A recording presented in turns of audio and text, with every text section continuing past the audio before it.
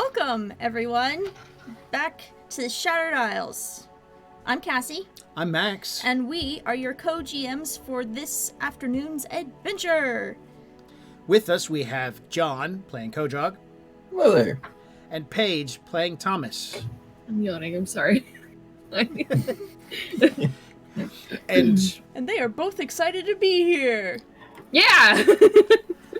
So much excitement runneth over. It's pouring onto the floor. So, what? Towel. Pre-ramble's over.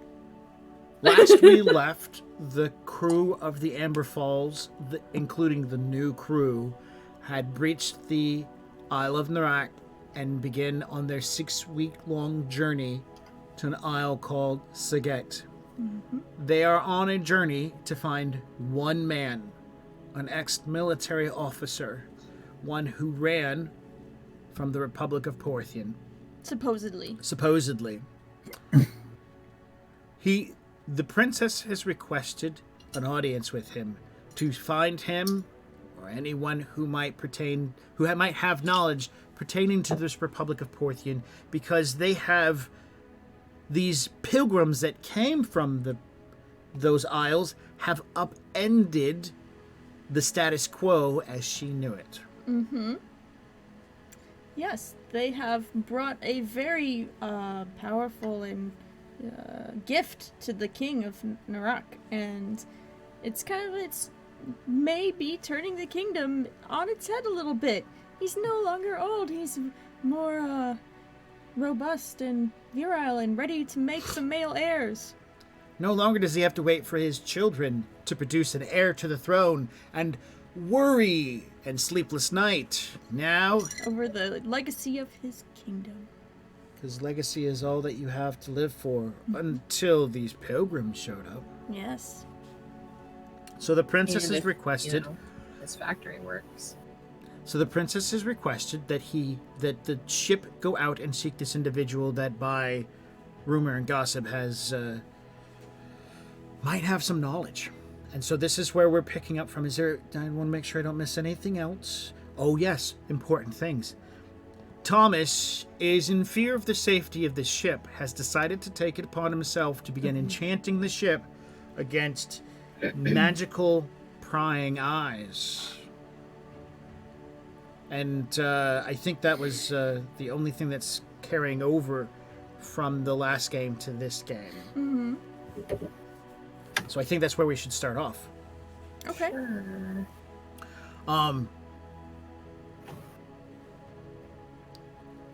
We're going to talk about this process as the ship is in motion over the many days that it takes to set it up. You have had a conversation with Jason about when it should be done, and if there is the possibility, or if Reginald is spying upon the ship from here on out until these wards are inlaid, the conversation is, we're just going somewhere. We are on a trip to retrieve goods for the princess, to make sure that there is no... Because you have explained to Reginald what magical scrying is about, how it works, and what can be... To Reginald or to... You have explained what Reginald could see or hear, and what information he could gain by using this magic. And so from here on out, it's just, we're on a trip. No one is... Mum's the word. We're on a boat. Woo! So, with permission from Jason and the assistance of the Master Carpenter, you guys set about to constructing these wards.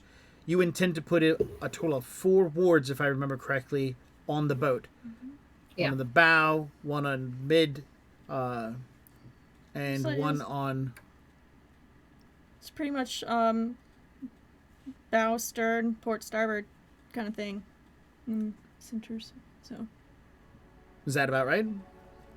Yeah, just to cover the entire ship, what I remember was... because I don't know my ships. You got one on the front, you got one in the middle, and then you got 2 on the butt part that sticks out where you can look over the sea and go, I own this ship. That's how I saw it. But I mean, No, that's as long fine. as it covers, as long as it covers the ship, it will work. Right, which would be good. Make sure to cover the crow's nest because that would be terrible if he could just go out on the moving crow's nest and nothing else with the ship. Because then you'd still know where the ship is, at least. Okay, so yeah, so there was a point in time where you had to climb the crow's nest to get out there, which, by the way, is a very thin mast that gets dragged out the back end of the ship. It's not on the ship. Or it's in the ship when the ship is in aisle. When you come out of aisle, that's when they put it up. And it's basically a very, very, very thin ladder that goes over 200 feet away from the boat and up at an angle so that you can see a large area. So that's got to be a scary moment to be like pulling yourself along. Yeah, it takes a while. There's definitely parts where Thomas just holds on. And Gaz is out there too. All the while, Yang is out there going, why are you guys bothering? Guys, there's not enough room for 3 people up here. So, I require a spellcrafting roll to make the enchantment, not one enchantment, but all the enchantments work. I just want one to kind of dictate out how well you do. You roll really good, we can assume that you have put on a powerful enchantment. You roll success, and then it works, and if you fail, it still might work. Okay. I mean, my arcane is fucking off the charts, so I think I got this in the bag. Hold on. Sorry. I'm using my dice tower, and I keep forgetting that my dice get stuck. Oh no! I got 6 out of 16, 17, 19, 20, 21, 22, 23, 23. 23. Jesus. Yeah. Yeah. It's not even that high. How's your skill of 23? I mean, really, it really needs to be like an 18. Arcane is 15, but I have a bonus that I apparently didn't add, which is a +8 because I get +4 or +2 or something like that. I can it added up. So, the biggest bonus in this game is a +2, and so there's no way, and you can have like a +8, just to let you know. I can change it. It's just what I took away from my skills. Even a 19 is still ridiculously high. Yeah. So 19 basically says unless there's a modifier that reduces this, it always passes, and the only failure is an 18. Yeah. All right, so no one on the ship is aware, but it is definitely entertaining to you after the enchantments are laid out, because now you can feel them as you're moving around. This reminds you, in a small way, and in a comfortable way, of being at home. Back home in Marseille, every brick in the road would have an enchantment on it, a rune or ward. Every doorway you pass by, magic was just focused there. So wandering the ship at this point in time, I can imagine there's like a sense of warmness to it. Nostalgia, yeah. Yes, nostalgia. To which, as this period of time through the 6 weeks of travel, the only person on the crew that even seems to notice, other than Jason, because he knows it's been done when it got started, is Alexi, that's his name. That was the young man that, when everybody was giving you crap about recuperating from the attack, that you were up and running around. Everybody's like, people died. Why is the wizard still up? He was the one like, I got your back. He started walking around you noticed him moving around the ship going, is something different? Maybe the crew's more lively. And he just seems to have a bit of a perk to him as he walks around and smiles and says hello to people. Uh-oh. It could just be that he's innately attuned to magic and it's having an effect on him. There's nothing wrong with that. It's just a person who missed their calling in life. He knows. Yeah. There you go. That's definitely something Larry would say. Yeah, all magic is cheating. 100% accurate. Totally. Goddamn space wizards. I can and cannot confirm that I have cheated in a hand of poker with magic. But yes, the wards get up, and afterwards, the Harris will, Jason will definitely, freely talk. Yeah, we can talk now. Cool. With that, is there anything else that needs to be done, or should we just slide on to the aisle? 'Cause Well, I mean, like, I guess the last question is, other than like doing the wards and stuff, like, is there anything in particular, Kodrog, that you were doing during this 6 weeks that you care to share? I mean, I would have been diving headfirst into the whole navigating, steering the ship, like studying over books and charts and stuff. Yeah. So. So once you left Isle and like got your course set and everything, the amount of book work and book learning that you've had to do, it is, dare I say, astronomical. You're welcome. But yeah, so there's a lot to navigating the void. Even you knew there was a lot to it, and now you're actually seeing how much there actually is, and it still exceeds your expectations somewhat. And there's no like quizzes, there's no, things like any test that you're given is like real world in the moment. If you don't remember it, then you will fuck up and be a disappointment to everyone. Yeah. No pressure. No pressure. She doesn't let you take the books out of her room. She doesn't let you take the maps out, so when you get tired, you just either fall asleep on the floor somewhere or head back to your bed. You find out that the notches that are with the tiller sails actually have an indication of the degrees of that they're at, and the other marks tell you where the tiller sails on the bottom side of the ship was. Beforehand, you were doing a lot of guesswork, and so she's pointing out like things on the ship mean stuff. Like you even have to calculate tension on the lines and how much pressure needs to be put onto it based upon the weights and stuff like that. So there's like a plethora. So much math. It's like opening the DMG. There's no dragons in there. It's just math. Nice. Okay.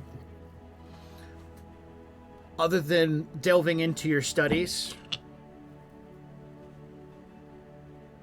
No. Okay. No sneaking around. No sneaking You're not around. gonna try sneak into court with Maria? We don't talk about that. Yeah. We're Sorry. at work. We're professionals. We're on ship. That kind of relationship might hinder judgment calls between officers. Yeah. Sure. Astronomicon. Yep, exactly. Space. I wouldn't know anything about that at all. What about Thomas, other than enchanting the ship? I did want to check if I was being scryed personally. If it's like an attachment or something, like a stamp that I could get rid of. So he would go through a ritual of drawing a symbol on the floor, looking into a basin of water, blah blah blah. Waiting for, I don't know, a half moon because it's symbolic, and then looking in the water, and if there's anything on him that like brightens up, then he'll be scryed on or something. All right, Like roll. he'll be marked. Yeah, it's an arcane roll. Sure. No. You are definitely being screwed up. They are right behind you. 7 out of 15. I'll just do it with the 15 without the bonuses.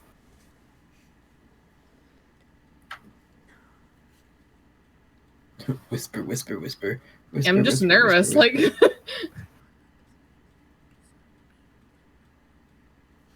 I like to whisper too. Oh my god, yeah. John, Yeah, what are we gonna whisper about this time? Yeah, I don't know. We can't steal anything off the ship. We'd be fired. Oh, that's true. Oh, wait, they're back. Oh, shut up. You, after going through your ritual, Mm-hmm. the brightness level has not changed at all. Oh. So it shows that I'm not scryed upon? That's your interpretation of it, yes? No extra auras, no blotches in your aura itself, no new enchantments on you that you don't already know, just your normal one and the silhouette of the curse that you carry with you. Mm-hmm. Right, okay. Do I know any magic that hides these? Like, let's say, like, I do a ritual to check it and it's hidden. You just did that ritual. Mm-hmm. Okay. That's what you're doing. You're looking for hidden magic. Your normal senses would tell you if there was a spell on you. Yep. Mm. We assume That's that you're fair. doing the spell that checks for hidden stuff, like searching for secret Oh, yeah. doors. Yeah. Cool. Alright, I'll clean up then. And Yeah, if there Call it a was day. something after putting down the wards, might have pushed it off. I mean, you can go on that notion, but at this point in time, you have 0 that shows you that was anything. There's no marks or anything to your aura that gives you the notion that there was a spell, so Yeah.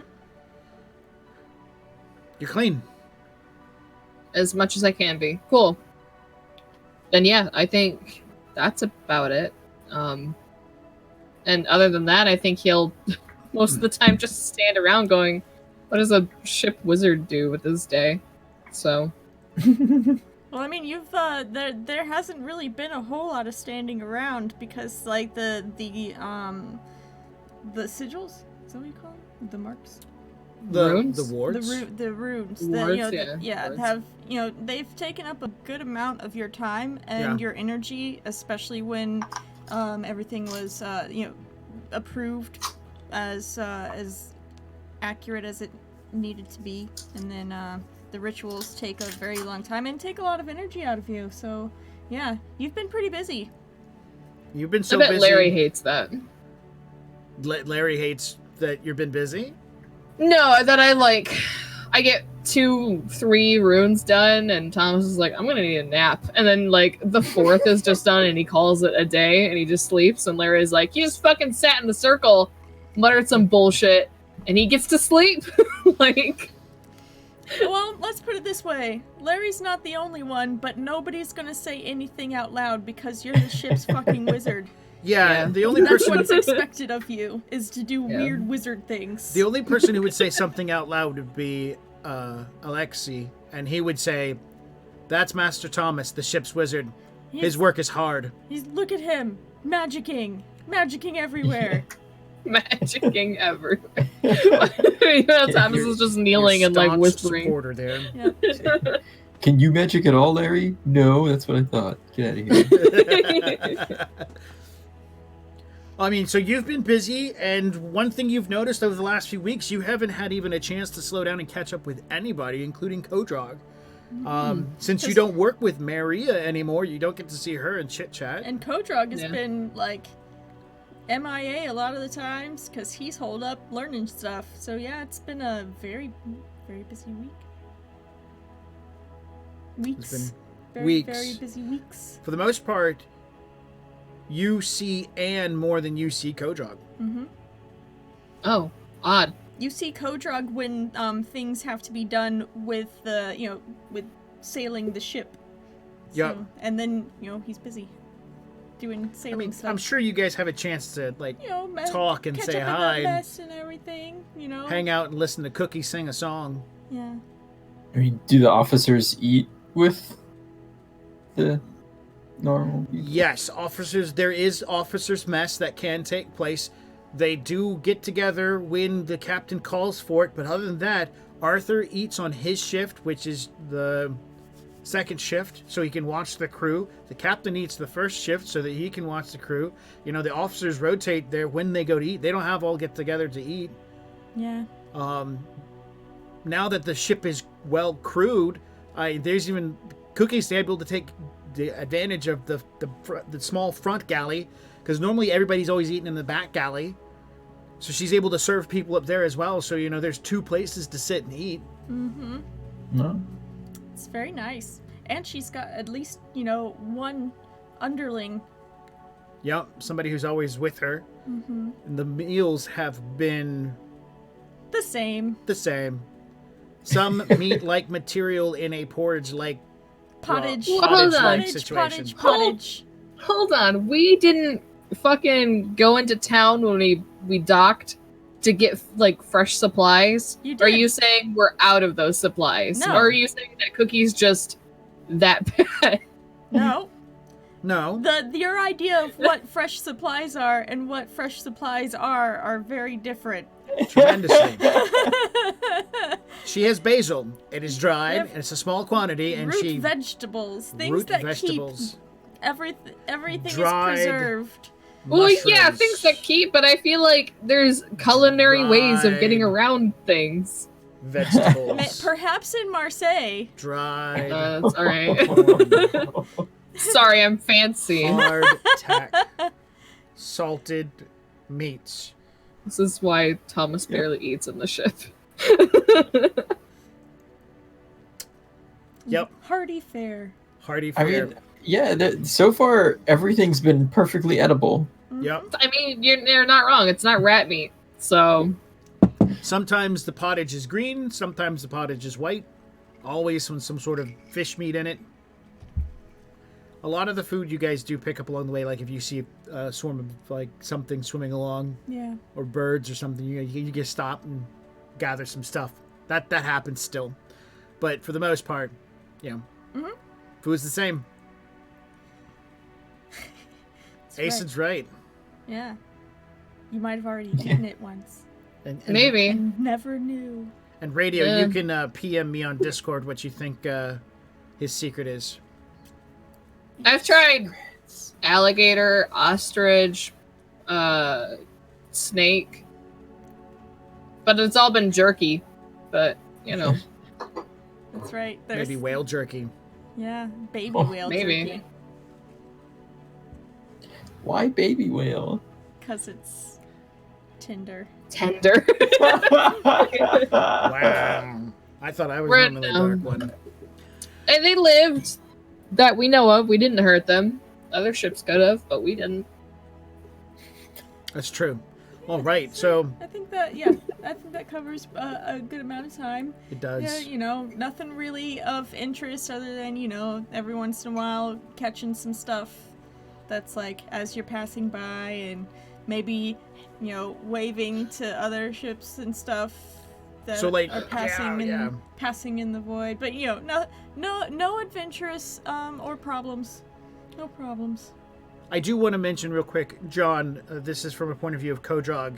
I don't know if I mentioned it before, but with a full crew, the ship is going at its full speed based on the wind, and this is a lot faster than what it has been going in the past with the previous crew, although they're skilled.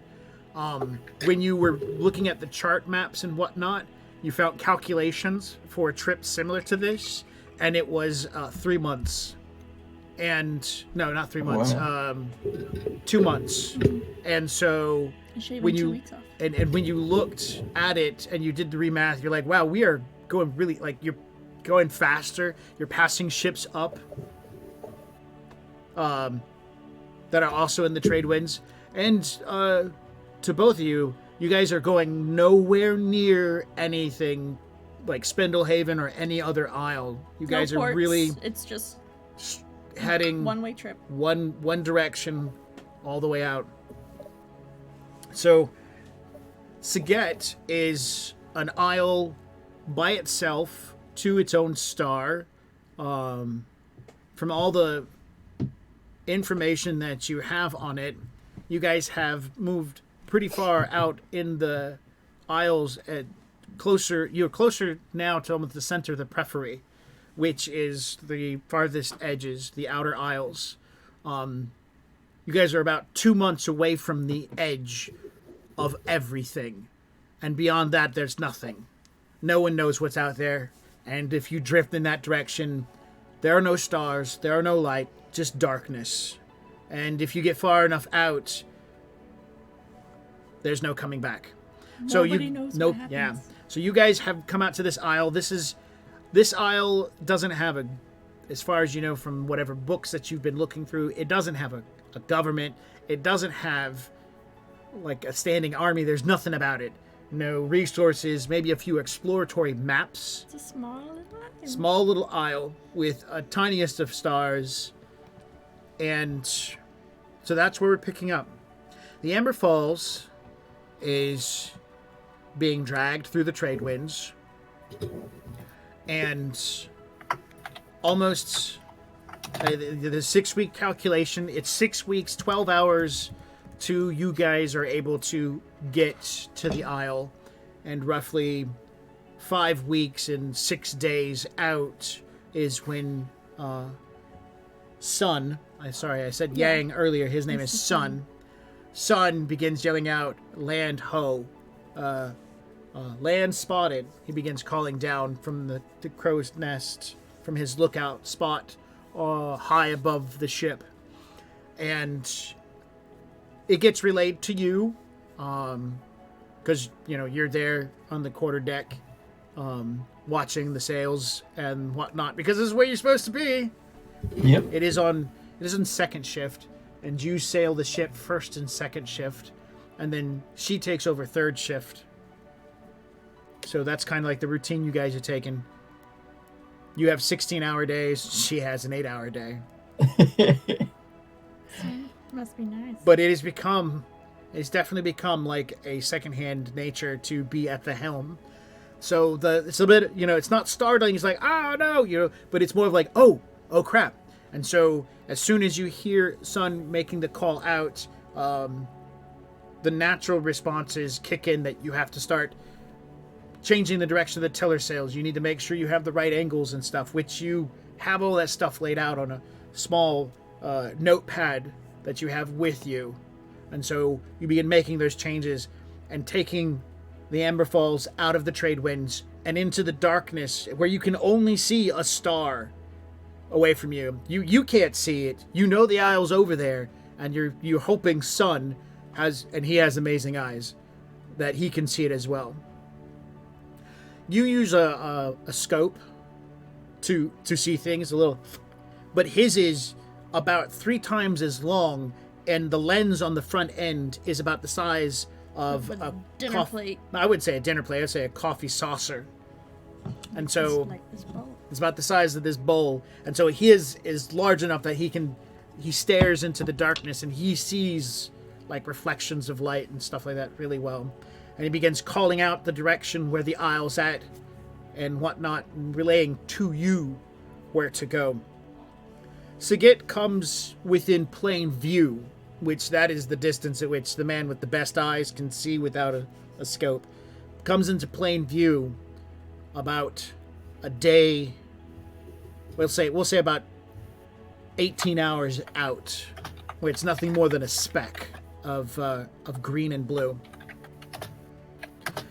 Preparations begin getting made, and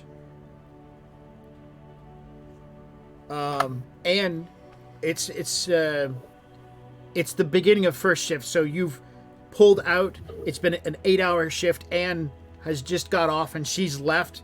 You're on first shift. You've been at this for about an hour or so, and Sun calls out that Sigurd is in plain sight. And so you relay this back out. You say it loud enough that everybody on the ship can hear and whatnot. And within an hour, Anne comes to you, and she has with her, what was one of the names that we got? We'll use Gwen. Gwen, one of the new recruits, comes walking up onto the quarterdeck with Anne and gives you a nod. Kodrog, I'm relieving you from helm for a while. Captain's called a meeting. Aye, sir. She gives a nod, turns to Gwen. Gwen, hold it steady. Actually, she turns to Gwen and says, Gwen, and then points to you. So how about, do I recognize Gwen's role on the ship? Yes, Anne has been discussing meeting someone to pick up another shift so that you're not working so much. Okay. The shifts where all you gotta do is just make sure it's still pointed straight. Yep. Yeah. Okay. Yep. So I will motion for Gwen to come over, and I'll point out, this is our angle of approach, and the trailer sails are set to the here and there, and yep. Helm's yours. All right. Do you want to voice Gwen? Sure. For some odd reason, I thought you were asking one of us, and I was like, Aye, sir. Easy. Done. That's pretty much it. So Anne turns and she makes a gesture. As you step away, she says, "The captain wants to have an officers' meeting about what happens when we land." Yay. Oh, I'm on job. Hold on. I sir. And what would you like me to do? Because I'm not an officer. Oh. When you say it like that, she stops and she looks down at the deck for a moment and runs her finger along the railing, like making a line like she's checking for dust. She turns to face you at this point and she says, "The captain has called an officers' meeting. That includes you." And then she looks over to Gwen, looks back over to you. Gwen Yes, sir. is not looking at this exchange. She's very intent on her job. No side eye. Maybe a little side eye. Excellent. Blinders Okay. on. Yep. Anne doesn't say anything else. She just turns and goes clopping down the steps with her boots. Clomping. Don't question me. Okay, so I need to do a stealth heel click jump Okay. of excitement. Salvial clip jump. Please tell me that you fail and then you go flying off the ship. We had another dwarf. Past tense. Oh man, I mean, okay. well, I mean, there's a railing. You just hold on to it. Yeah. Still. It's literally the railing right there. Oh my gosh. Why am I not finding is it sneak? Sneak. Is that what it's called? Sneaky to sneak. Sneakity sneak. Oh, eyes, why can you not see anything? One of these days, I'm gonna reorganize my own Oh. sheet. One of these days. Here we go. 10. Alphabetize everything or something. Oh my gosh. So I rolled a 9 on a 10 Nice. You did it. for my sneak. Oh, for You- your You almost go flying off. You make a very stealthy click of your heels. It sounds as if maybe you just put your foot down on the deck a little too hard. Excellent. All right. And I will follow Anne to the officers' meeting. Okay. You walk in to the captain's quarters. Captain Harris is there. Arthur is there. Thomas is there. Now you and Anne are both here. Maria is here. Did I miss any officers? I don't know. I don't think Gaz is needed for this because he's just like a non-commissioned officer. Yeah, like, he doesn't need to make. I don't think he would make decisions. I mean, like there's the. And then the master gunner, but I don't think that they are needed there. Yeah, Most this likely. is not. This is like a logistics thing, not Yes. not like an equipment thing. So That's right. yeah, pretty much. So I think we've got everyone. Cool. Yay!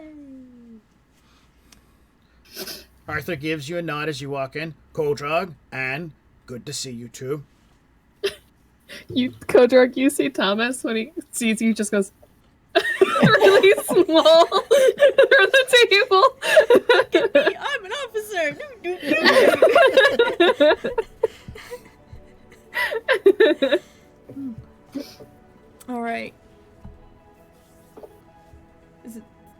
technically morning? don't even It is know. first shift, so that counts as morning. Yeah. All right, good, excellent. So the captain, once Kodrog and Anne have got themselves situated, yeah. So he will look to the group and address you all. So good morning. We need to discuss our options for landing. We can breach, bring the whole ship in. There, find a bay, anchor there, or anchor out and have some rowboats go in. Dinghies. Is that what are they called? Dinghies? I don't know. Arthur nods. Yes, sir. They're No, called that's dinghies. me. That was me, not him. No, it's perfect. I'm okay with that. People know these things and I don't. Okay? That's how I feel every single time I fucking roleplay with something. Ugh. But yeah, that's fine. Sorry. Totally would expect Harris to be like, You would send in it's like- dinghies, right? Is that what they That's called? what they're Arthur's called? like, yes. The sir, smaller they are- ships, the they are- smaller boats. Yes, sir. They're Send called. in the smaller boats. They're called dinghies. Thank you. I appreciate you. Aye, sir. I think. That felt so Anchoring. condescending. Arthur turns to look to you as you're making your snide comment. I would think that anchoring in a bay would be a good choice.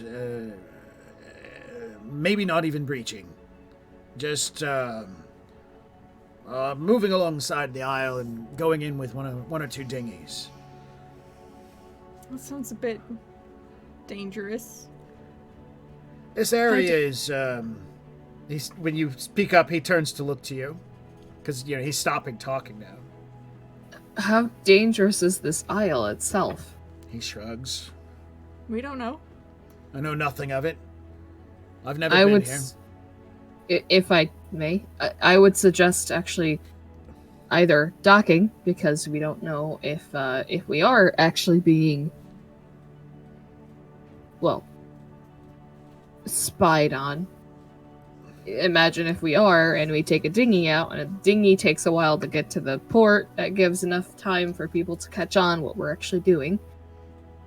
Or we can take dinghies out because, well, if we don't know what's actually there, we wouldn't want the ship to be attacked. And yes, I am fully aware the ship can handle it herself, but it's less damages after a repair that just got done.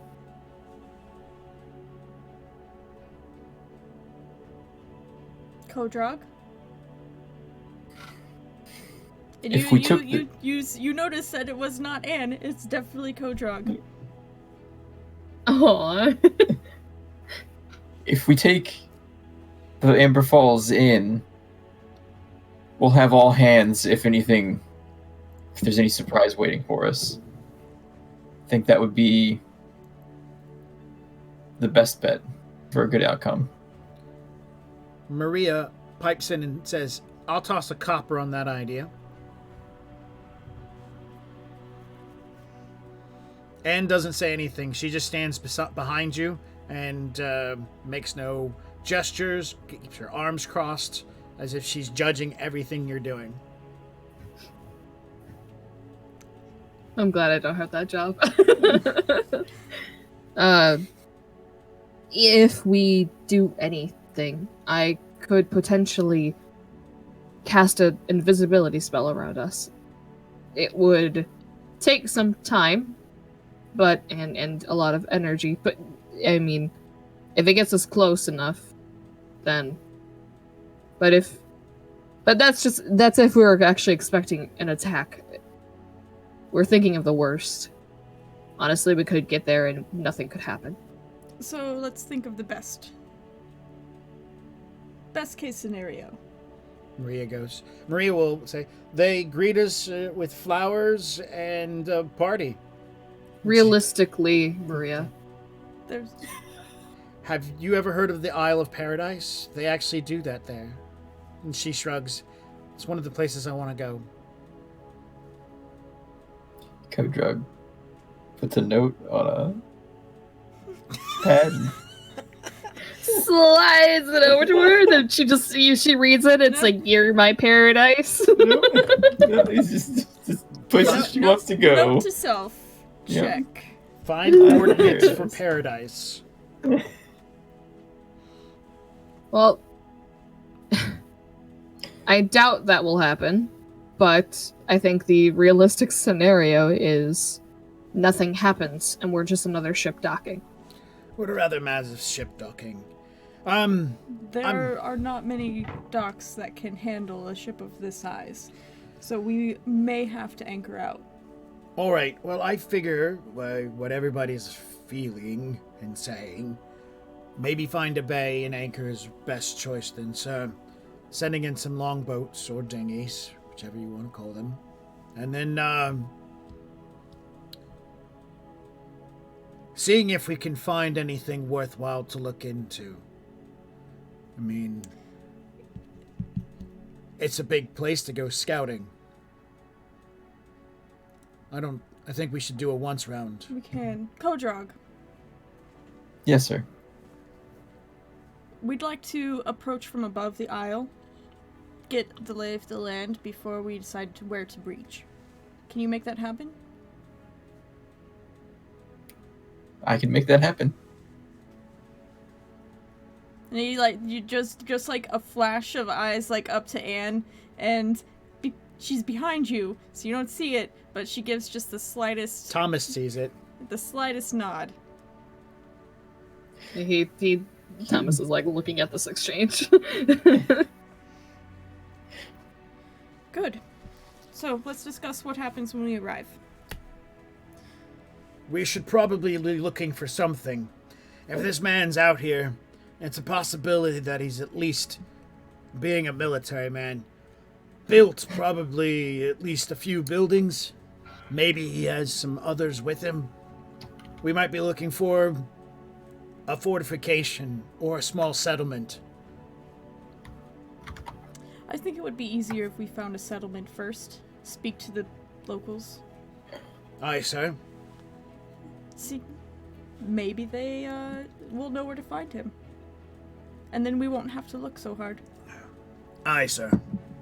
I could attempt something to search the island before, but I need a map of the land itself and something else to help me with it. What else would you need? Well, black powder. It's not dangerous. It's just I need to set it on fire, and I need to make a ring, and it'll help me find and locate this person. It's one of the ways that I can improvise one of the spells that I've recently seen. Since I don't know the actual spell itself, I'll be essentially half-assing it. But it will work, it's just dangerous. Then I don't think we need to be experimenting on the ship. I could take one of the longboats out into the void and do it there. We can do it on land. That will be easier.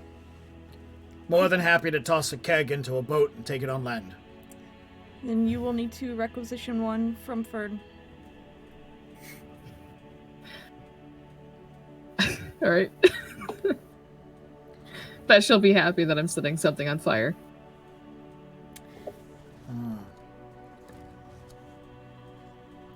I propose that we make 3 away parties. Okay. And who will lead these away parties? Kodrog, Maria, and you, Arthur. Aye, sir. And who shall we take with us on these away teams? Thomas and Kodrog have a very good working relationship. I believe that they can work together quite well.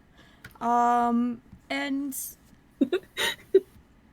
let's send them with Narish and Arya. Then we'll have Larry with Maria, along... Sir, Yes. you want Maria to watch after... you want Maria... lost it there. You want Maria to watch after Larry? No, I want Larry to join the away party. Yes, sir. He has an opportunity here. And we'll see how he handles himself. Well, sir, if he was in my away team, Then you would babysit him and make sure that nothing went wrong. Maria is not going to put up with that. aye, sir.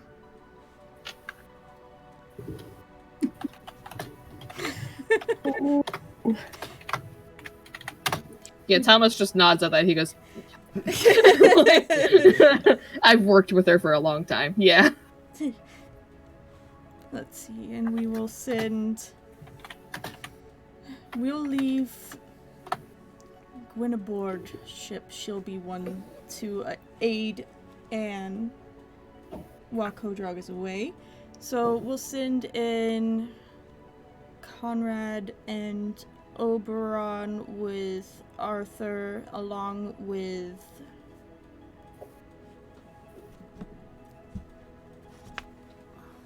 Billy! Billy. Sir, can I request Inu, at least somebody who can shoot? Ah. Yes. Thank you. Inu, Oberon,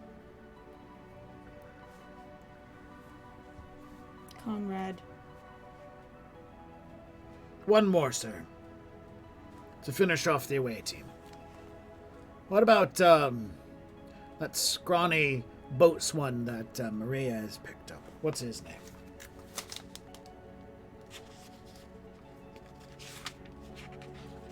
Dafter. Maria will go Dafter. Aye. Get him some exercise. Get him off the ship. Give him a chance to put some meat on his bones. Excellent choice. So we will have Kodrog, you'll lead to the north. Arthur, you'll lead to the south, and Maria, you'll be going through the center. Hopefully, it'll just be a nice little settlement that we can find someone in. But if not, then we'll be splitting up. Aye, sir. Aye, Captain. I think that's all we have Until we do the fly round. until we do the fly around. Once we get the once round, we can find a place to put in. All right. Excellent.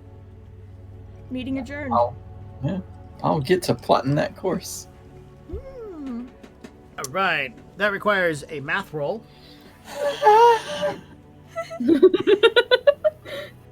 Yeah. Um, It requires 3-dimensional math. do I have? Can I take a little extra time, or are we in a pinch? No, you've got like at least 17 hours. Okay. So I'll take it. I'll take a little extra time then to do it right. That modifies the number I'm trying to Roll get under. under. Yes, by 1 if you double the time to 10 hours. If you triple it to 15 hours, you get a +2, so your skill goes up by 2, and you have to get under whatever that is.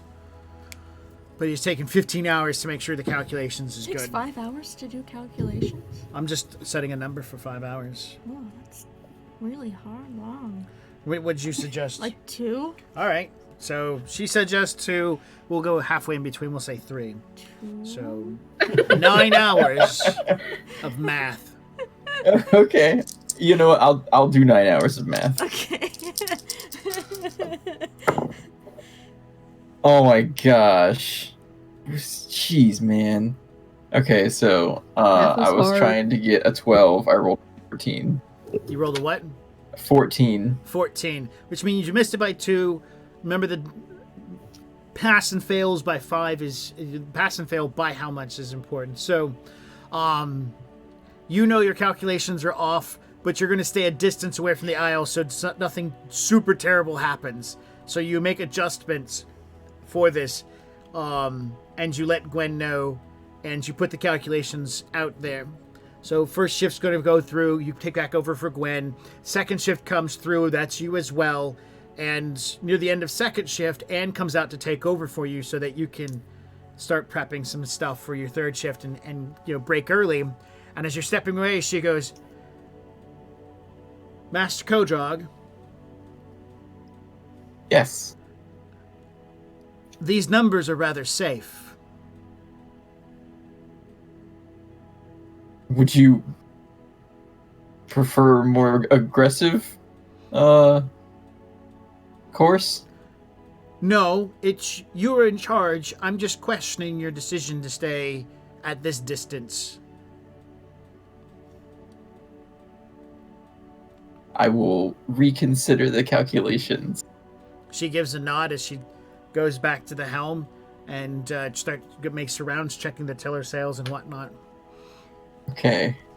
You take a quick power nap, and within about an hour and a half, you take like an hour power nap, and in about an hour and a half, Sun calls out that the Isles you're coming in within range of the Isle. So pretty much everybody gets up, because now it's like a right before, as you're breaking away and going to your nap, it's about the size of a basketball in the distance. An hour or so later, you come out, and it is the size of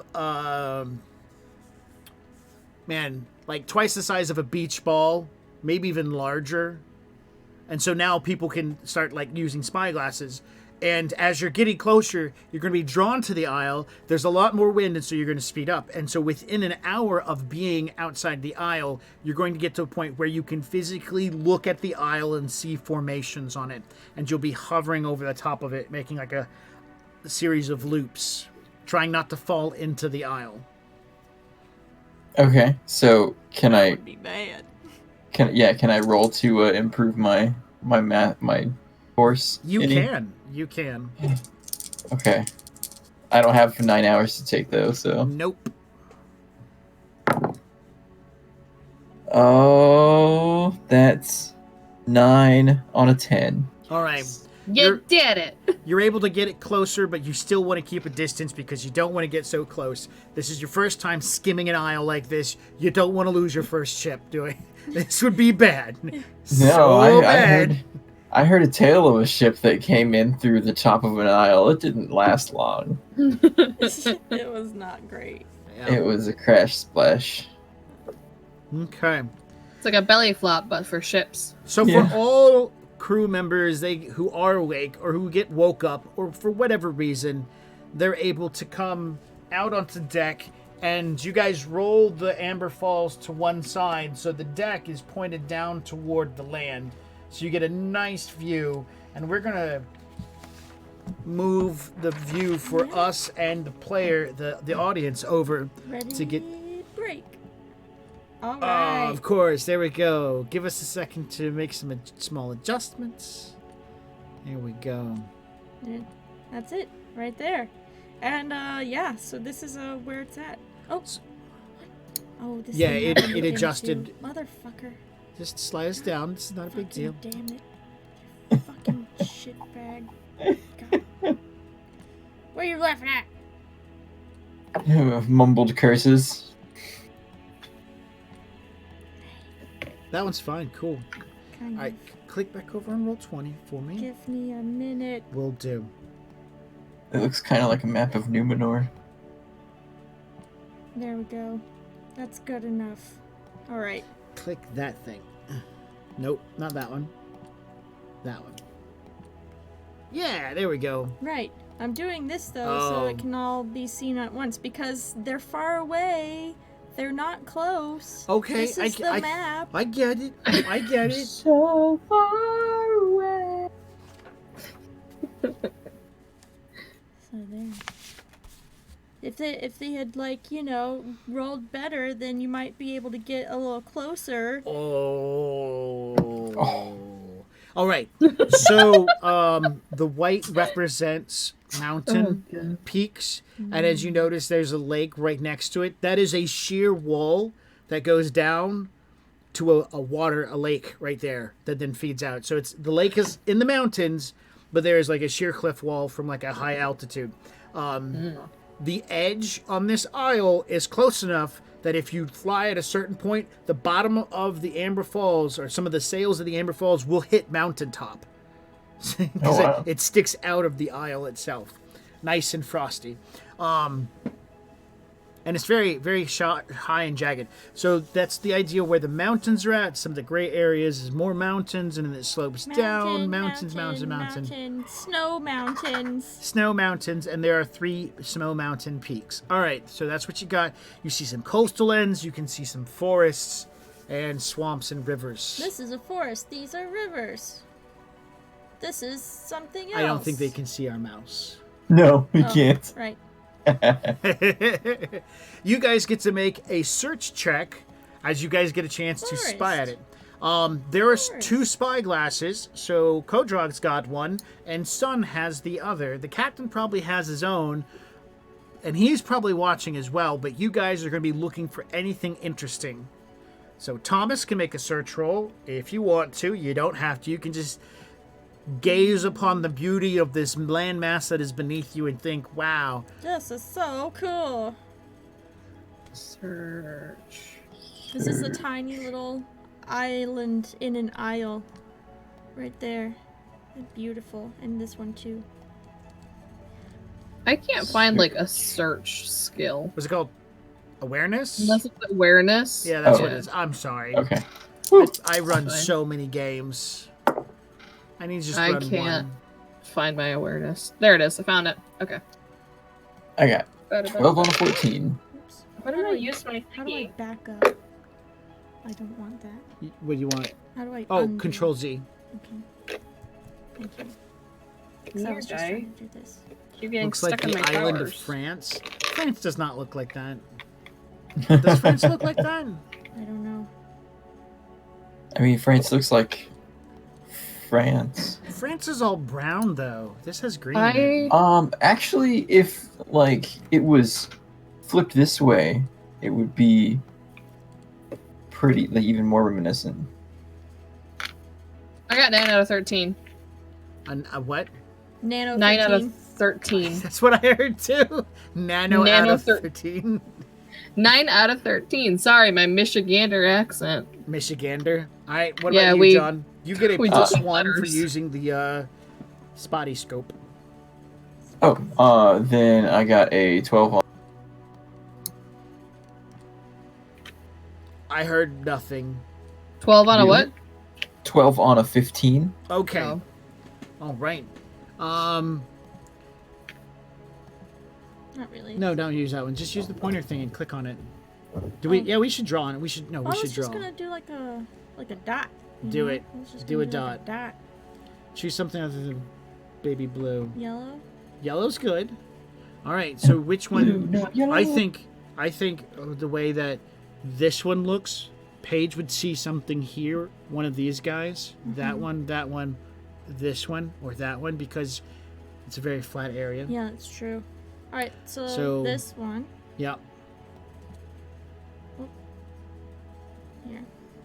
Make sure it's not on the GM layer so we can see it. It's not. It's not. Do me a favor. Change the second one to yellow as well. Okay. Because I don't see any dots forming on the map. Oh, that's why. Because it's not. Z.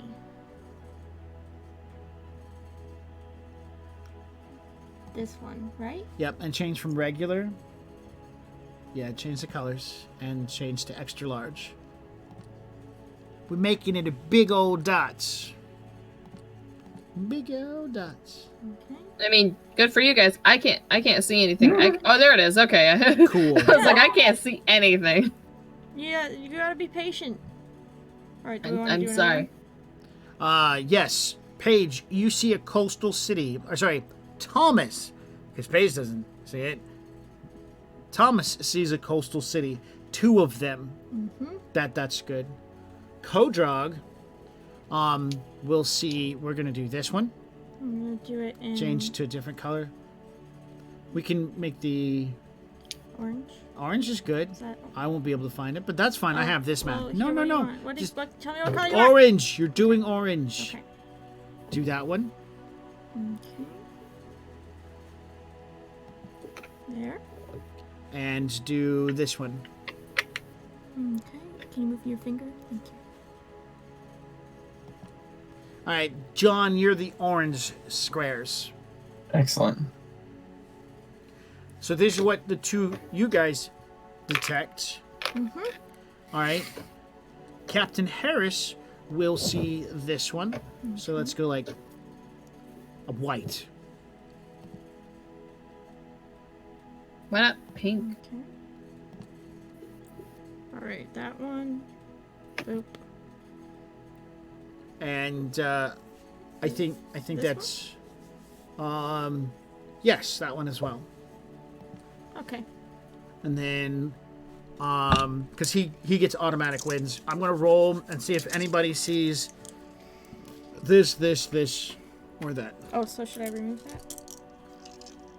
Oh no, I'm talking about this, Okay. this, yeah. Oh, we got a 7, so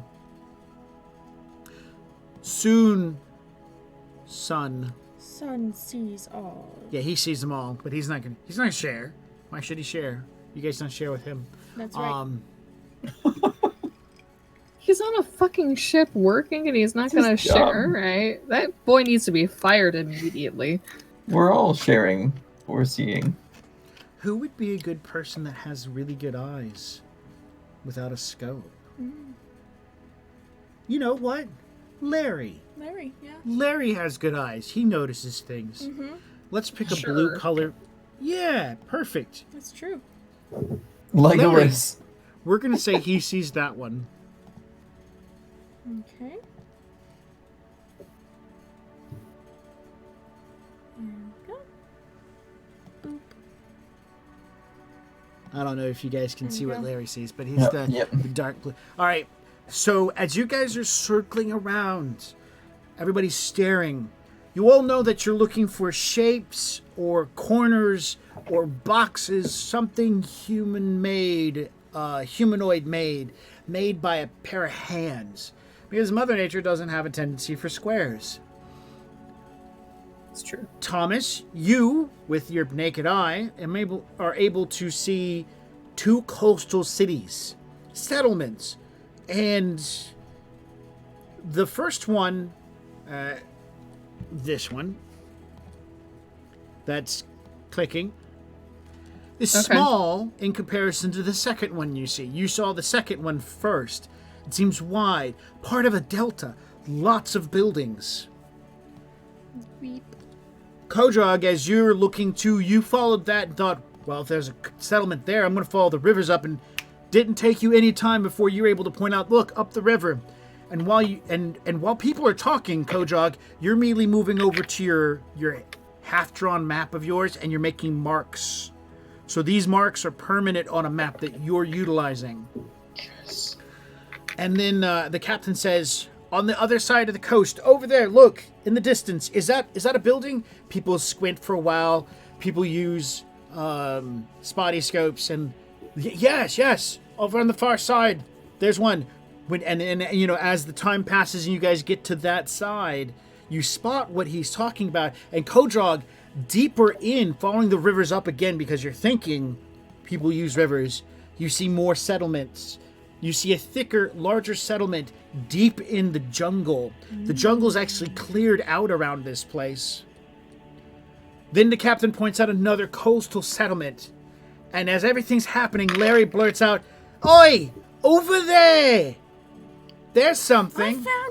I found one! It's right there!" Everybody stares for a moment. Nobody sees anything. No, it's right there! Right there! I swear, it was like a face in the side of a hill or something. And as everybody's coming around, because that's what this is, Yep. ruins. As everybody's coming around, there's a giant black hill with a skull, like a snake skull in it.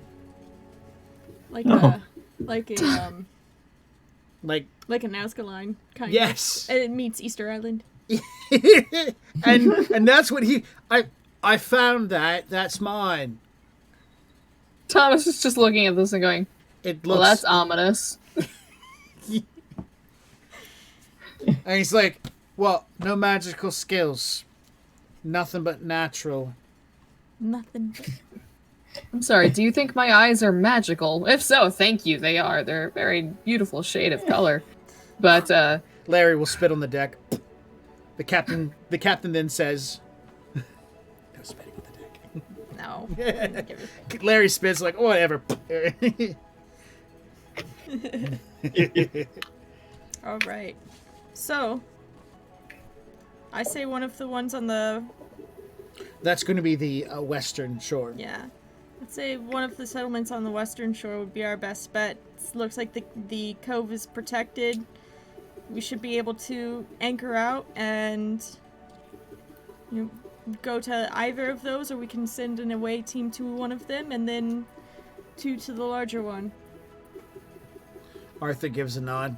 Aye, that cove looks like it might be shallow enough to anchor our boat on. Anchor the Amber Falls in.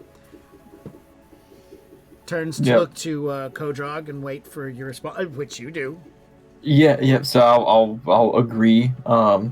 It looks like there'll be good protection from wind and everything as well. Should be safe in there. Making him larger. Good kill. There we go. Arthur says. Whoa! Excellent. We're not getting sucked in, are we? Everything's getting bigger. You haven't felt any shift in weight, so you think not. Yeah. You look up and Gwen's still at the helm.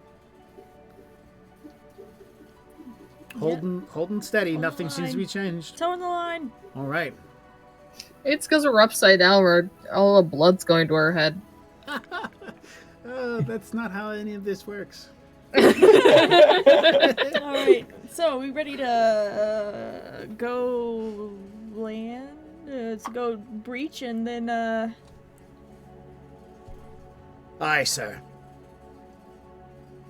It's more of a trying to get a response from those two. Like, Got it. Ready to Yeah, no, I'd like Ready to to- break soon. to I've been drinking a lot of transition juice. Let's pop this bubble. all right. One's talking about one break, the other one's talking about a different break. I'm sorry. I'm so sorry. That was funny. All right. Let's try that. Never break character. Sorry, I just gotta do it, just all in character all the time. All right. So, as Jason seems to be kind of like off on his own little tangent, Arthur will turn to the Kodrog and say, "Aye, sir. It's time to take us in. Let's get ready to breach, as the captain's ordered. Everyone else, man your posts. If this is your shift, look alive." And he starts barking orders to everyone. He's like, "Yeah, Thomas just you're stands there and is great." like, all right. If you wish to, and of course that's when Arthur looks to Thomas and says, "If you truly wish to take a break at this point, I'm sure you can. We have at least a few hours before we breach." Sweet. Hours? Yes, I'm imagining it's going to take at least, because I mean, from where you guys are at, it's got to, kind of spin around and head down in that, Yeah, that's true. and that's the sound it makes. It's just like your version of time and mine are very, very, very, very. It'll take a couple of hours. Yeah. Yeah. Okay. But we're close to the island. That's two. Right? That's just what 2 hours. Two. Couple is not two to me. Like, I love how whenever you guys come up with time and you're like, oh, it's going to take a couple of hours, I just go, like, oh, I thought it was going to take 30 minutes, but all right. Like, Yeah, honestly, it's probably going to take about 30 minutes to get to that edge of the isle and swing the ship around and breach it. It's really going to be fast. Yeah. I mean, the ship's really fast. Remember? Yep. Yeah. All right. All right. But We're gonna take a quick break, we're going to take a break. and then we'll be back. Yay. Yeah, so stay with us. Stay tuned. Go.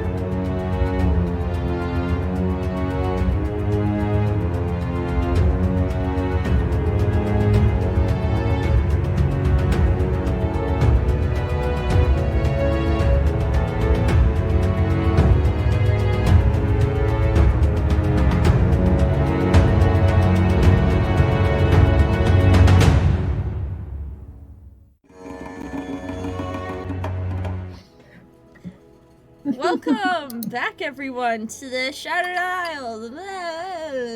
Shattered Isles. That's right. You got it right. We are the Shattered Isles. We are. Why did So you? great to see you, everyone. We have a pup. This is Birdie. He's camera ready, just like the human version. Yep. Fix his hair. That's perfect. Perfect. Camera ready. Love it. So, whew. Welcome back, everyone. We're back in body. Maybe not so much in mind. I don't know. In soul? Are we back in soul? Yeah, definitely in body and soul. Mind is always in question. Do we? Because I Me have too. seen some new faces and new names in the chat. I feel like mayhaps we need to describe how breaching back into an aisle looks and feels like. Are you sure? I thought magic was with us last time. Irrelevant. We'll do it again. We should do it every time. The important thing to know is that an aisle has a field around it, and that field is the area in which there's a lot of atmosphere and the water is kept. So like That doesn't mean there's not atmosphere outside of this area, this bubble. It just means the water is trapped on the inside, and that is where the gravity for the aisle begins and ends. It's like an ozone layer. Yes, that's a wonderful description. Yeah. And there So are it's like- 3 types of ships. Ships for an aisle, like normal ships, like we would what we would be used to. Void ships, which are giant pieces of wood with sails attached to them, like giant parachutes. Yeah, They're not even fancy. They're just No. things. And then the third type of ship, the ones that can do both. That's us, bitches! So they are transitional ships. They have in their hulls that are actually corked, where the sails for voids actually will stick out of, and so when you are transitioning back into an aisle, all of the those void masts that come out of the two. If you imagine like a triangle, and you've got like the top mast up here, and then 2 of them come out this way. That way is this one, and then it goes this way. It looks like some sort of weird exercise video. So those the bottom sails need to be pulled in. The openings need to be sealed before you actually breach through the aisle. Because if you do it while you're there, you might have a problem with 2 holes in your ship in water. And the most important thing is that the ship has to get enough forward momentum firing and just flying straight toward that edge between the water and the atmosphere, because if you go too low, you dive right into the water and it's bad. If you go too high, you fall in. Yes. So you have to hit it right on, and the sails have to be pulled in at the last moment. The corks to these holes have to be put in at the last moment, and they have to be tarred and pressed shut and held there. And there's a lot of prayers to gods to make sure that this works out. But with a well-skilled crew who team themselves. Wow. like I said, Time themselves. Brains maybe not. Spiritually, we are here. Our bodies showed up today, but our brains didn't.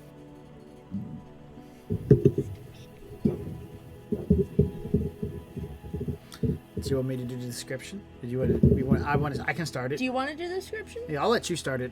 Okay. I got Kodrog. a doggo. I gotta. You take have a care of. doggo. You need to show him off, or I don't know what. Say hi.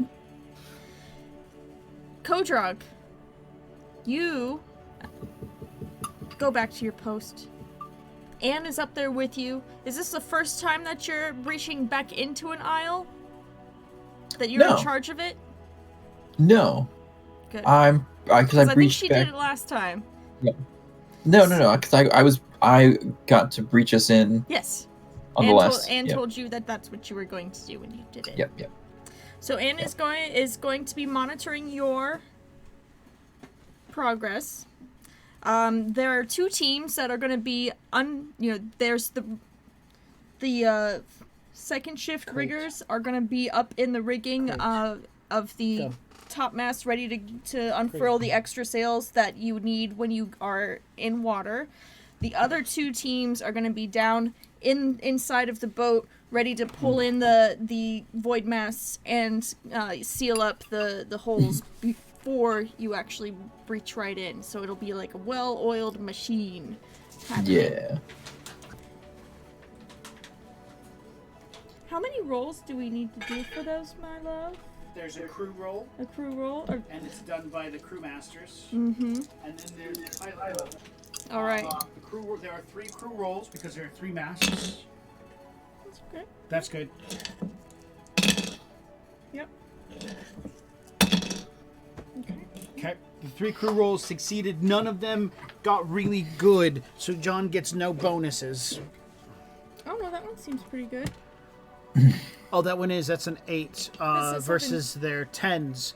So, but the other 2, one failed by 1 and the other one failed by 2. So Yeah, I guess it averages out. it averages out. That's why he gets no bonuses. Okay. Do you want me to help out? She can. She can. Thomas can. can. Thomas. You got there. This is why you don't do absinthe and play. Don't do absence. Yep. Absinthe. I've never had absinthe. It tastes like licorice. Right. I did that on purpose, by the way, if you're talking about the list. I don't know. So, John, everyone Yeah. is doing an average job making sure it goes well. Yeah, you have to repeat yourself at least once or twice to certain crews. Thomas, are you engaging in use of magic to create winds? Yes. Or I'll use Thomas sees that there's one newbie who their line work is just horrendous and they're fumbling over their selves and their hands. This so is like the first time that they're breaching back into an aisle, and it was their first time leaving the aisle. So it's been a new experience for this person. Because from their point of view, it looks like you're heading straight into the water. Yeah, Thomas is he's seen people do line stuff with their hands before for reasons. Maria, And that's her name. Oh, I was thinking of someone else. But my crewman is 8 and I got 5. Actually, it's 9. I got 9 out of 9. 5 out of 9. 5 out of 9. And so you're actually getting into the rigs to help out.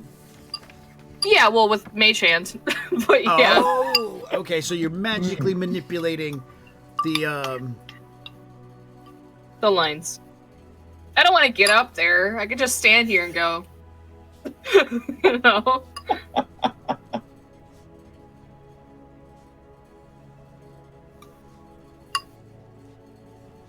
Okay. Sorry. Okay, I'm back on it. Magically, you begin manipulating the lines to help out Kodrog. You'll get a +1 to help navigate. Whatever slack or whatever loss of influence you're having on one of the lower sails, it seems to be shoring up pretty quickly, almost magically. Oh, excellent. So this will be pilot large craft? Yes. Okay. Oh my goodness.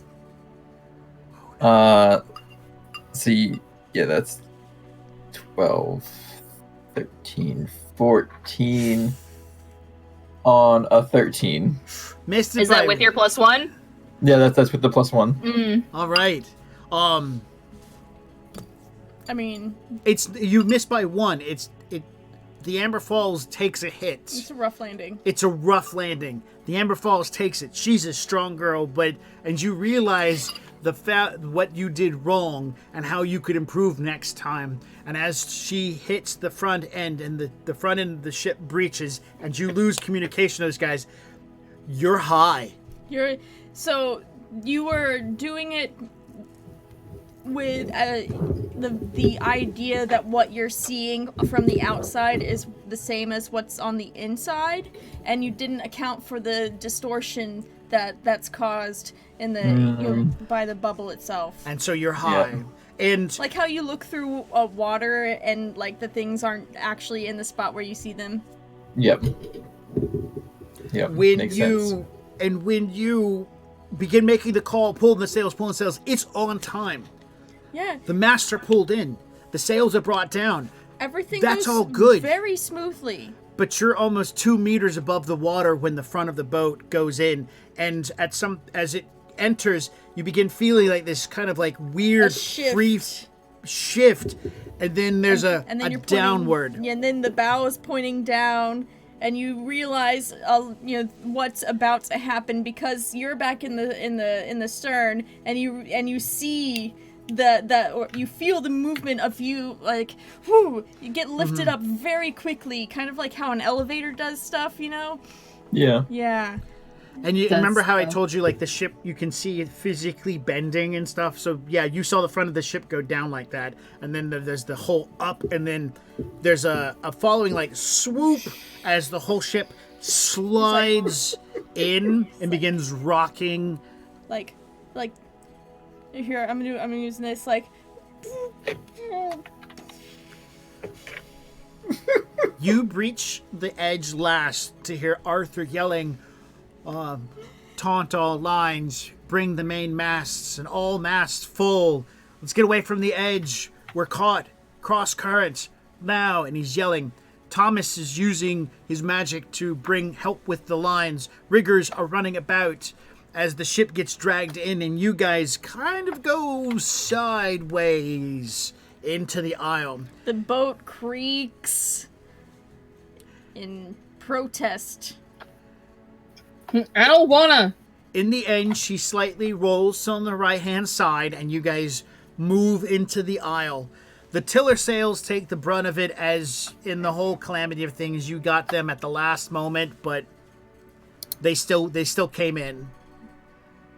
By one means no damage to the ship, but your superior definitely is able to notice this happened. The mistake. The owner of the boat, the captain, might not notice it, but I'm pretty sure And noticed. You missed by one. And the radio's coming. Yeah, And definitely noticed. Good. Awesome. All right. You guys come into aisle, and the weather here is nice. The wind is very patterned, what you expect it to be. You spend the next few moments running down into the captain's quarter, grabbing maps, bringing them back up. You go into the captain's quarter and come back up with calculations and begin judging the direction of the wind and telling people to open the sails, and how you begin manipulating and running back and getting the rudder back into the water, getting the tiller sails brought back up. So you're very active, while the rest of the riggers are like, la-dee-da, pull this line, slide here. You're like, run here, run there, do this. And so as the ship slowly begins to, like, reorientate itself, and you start turning to aim toward the bay.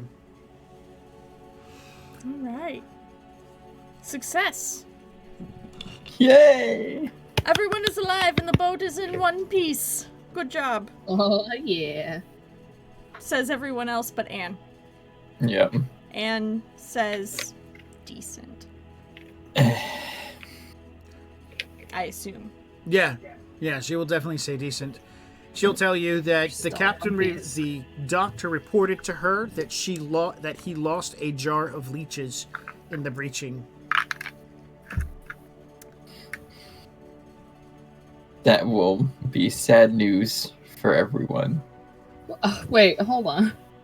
Everyone loves their weekly leechings. But you can. I mean, I imagine the jar shattered and killed a few, but you could still pick some up. Do you realize the kind of hands that he does not have? I'm sure you can pick it up, but that's not the point. The point is you lost a jar of leeches. That's what a 1 means. So, you guys begin moving into the bay. There's no rolls necessary for this. This is really much just like cruise control. This is just sailing stuff now. This is cruise control. You've got the sailing stuff down on the inside and the outside. It's just the transitional phase between the two needs some more practice. Yeah. Because there's even more math, because depending on the size of the isle is depending on the size of the distortion that you actually have to account for. Oh, man. I know lots of math. All right. Lots of books. 5 hours of math. 5 hours. Just 5 hours. So, as you come in and begin heading into the bay, one of the first things you call out for, I don't know if you know this, but is a sounding. You're heading into an unknown bay. So the first thing you do is you call out for a sounding. And so the riggers begin pulling themselves out as half of the riggers go down and begin gathering all the necessary lines with stones on it and markers, and begin heading to the front of Amber Falls. And they begin dropping the lines and waiting to see what happens, and then coming up 100. So you begin heading into the bay. As you pass by the 2 peninsulas and you're heading in, you can see the settlement coming up on your right-hand side. Everybody can remember how the map looks. He's coming into that bay. There's a settlement. We can change over. We can totally go back. That would be cool. There we go. There we go. And so and as you guys are coming in, you look over and you can see tiny docks and boats. Sun calls out from his mast as he's coming down from his extended mast that goes out into the void to going to the regular crow's nest. He says that he sees boats, fishing villages, people, humans and Keshans. He can even see signs of them. He knows what he's looking for. And this is before he heads up into the next crow's nest to get better look. What does Harris think they should do? Go in farther or weigh anchor here? I'd say that weighing anchor somewhere in a more sheltered part would be good. So probably, I would say just behind this tiny little peninsula thing, so you're not being seen by the open waters of the isle, just in case, someone's like, nefarious things are happening. They'll be hidden from the outside. So yeah, that's where they're gonna go. So, just beyond that, not like into this like tiny place right here, not in there, but just beyond this little tiny protrusion here. So imagine you're in a medieval scenario. You're a fisherman. You've got your little wooden shack. The weather where you live is good. You go out, you get your fish, and everything. Life is good. Every once in a while, you might see boats come into the bay from another village around the other side of the island. And then one day you look up and you see a wooden version of the Queen Anne rolling up into your bay. Oh my gosh. Oh man, that's so scary as fuck. And you don't know if it's got guns. You don't know that flag that it's flying. You just know it's massive. So and there you are. Oh, you know what? We should probably close the door. I forgot about that. It's just totally John's microphone just picked up on it.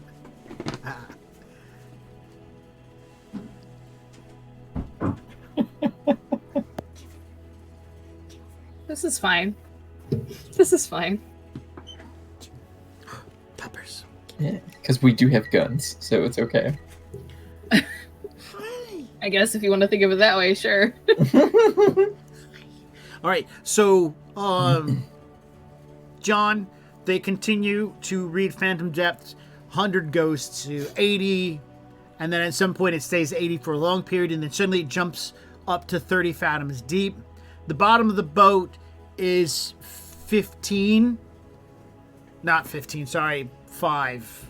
Like that's like the minimum you want to take the boat into. And so 30 begins dwindling down, and then you come around the peninsula as the captain's ordered, and the area in here is probably about 15. So you're nowhere near about to run aground or anything. And Yeah, but that's, I mean, That's a good depth. that's safe anchoring depth too. Yes. So like we won't get shoved into anything. No. Yeah. Yeah, this is a good spot. All right. Captain Harris will announce through the speak tubes, all away team leaders, gather your teams and ready your... I'm sorry, that's your words. That's okay. My words have been weird, so you're like, all right, everybody, listen up.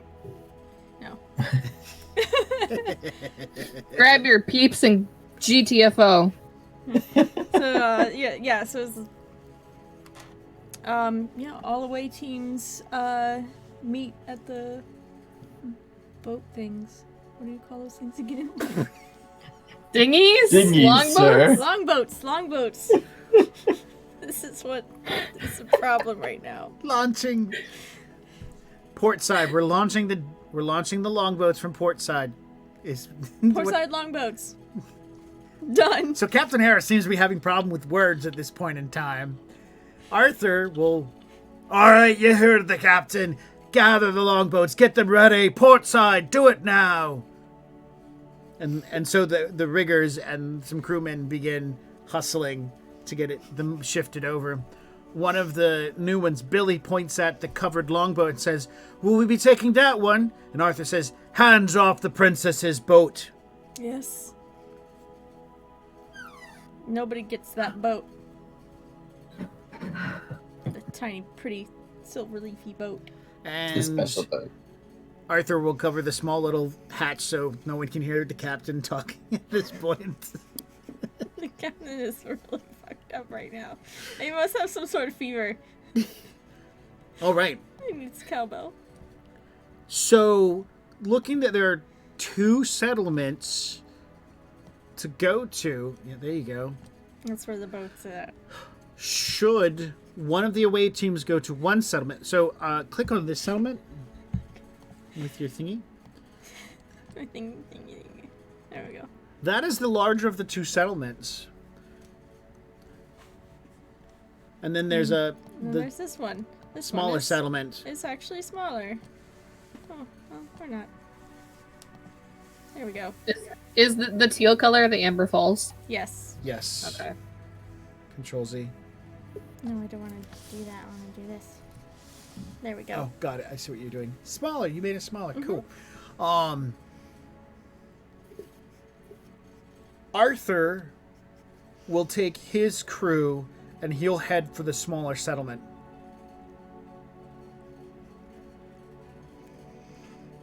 Okay. Actually, I'll use his voice. Myself and my crew from the away team will head to the smaller settlement to our west. Maria, Kodrog, take your away teams. Head to the larger settlement. Divide it up as necessary. Speak to whoever you can. Find out what it is. We're looking for Oregon.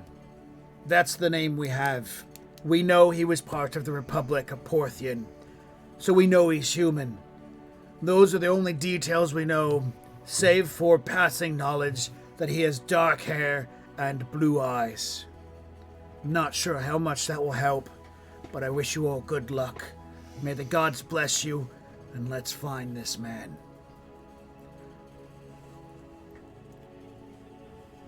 Yes. You're muted, John, if you're actually saying something. Yeah, I was muted. Sorry. We just saw your hand. I was like, yeah, let's get him.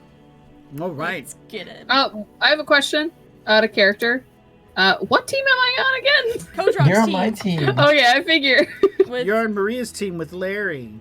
I wouldn't mind that. I know Maria, so. And Larry seems to respect me after the way I've handled him. No, we're putting you with Kodrog. yes. Yeah. Sorry, So we don't Thomas. split Oh, the I'm sorry. Party. No, I get it. I don't want to be split. That's why I asked. Mhm. So you guys all load into boats, Yes. and Oh, can I get my There- black powder? yes, Yes. All right.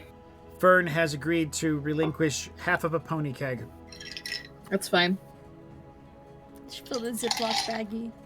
She felt it.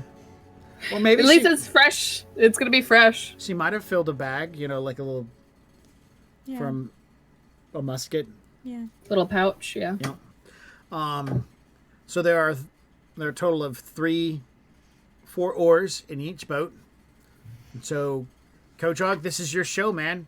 You, Thomas, Narish, and Arya pile into the boat. Narish picks up one of the oars and begins kind of like twirling it around like it's a weapon. So are they arranged for individual people, or is for like 2 people to row? 2 oars each. Well, one person could row.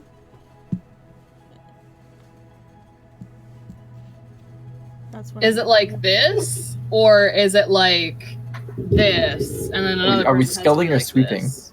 I don't know anything about rowing. I'll let you go there. We're sculling. Okay. Yeah. So Excellent. one person, and then somebody can man a little rudder thing. Okay. I'm guessing that it's little a one-person skull. the okay. Yeah. yeah. So the person So that's you and Narish have to fight navigating. for who gets to row the boat.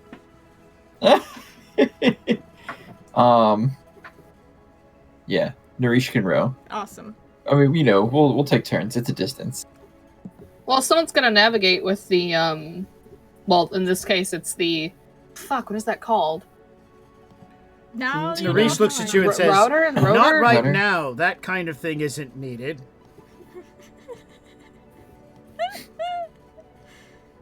He smiles at you.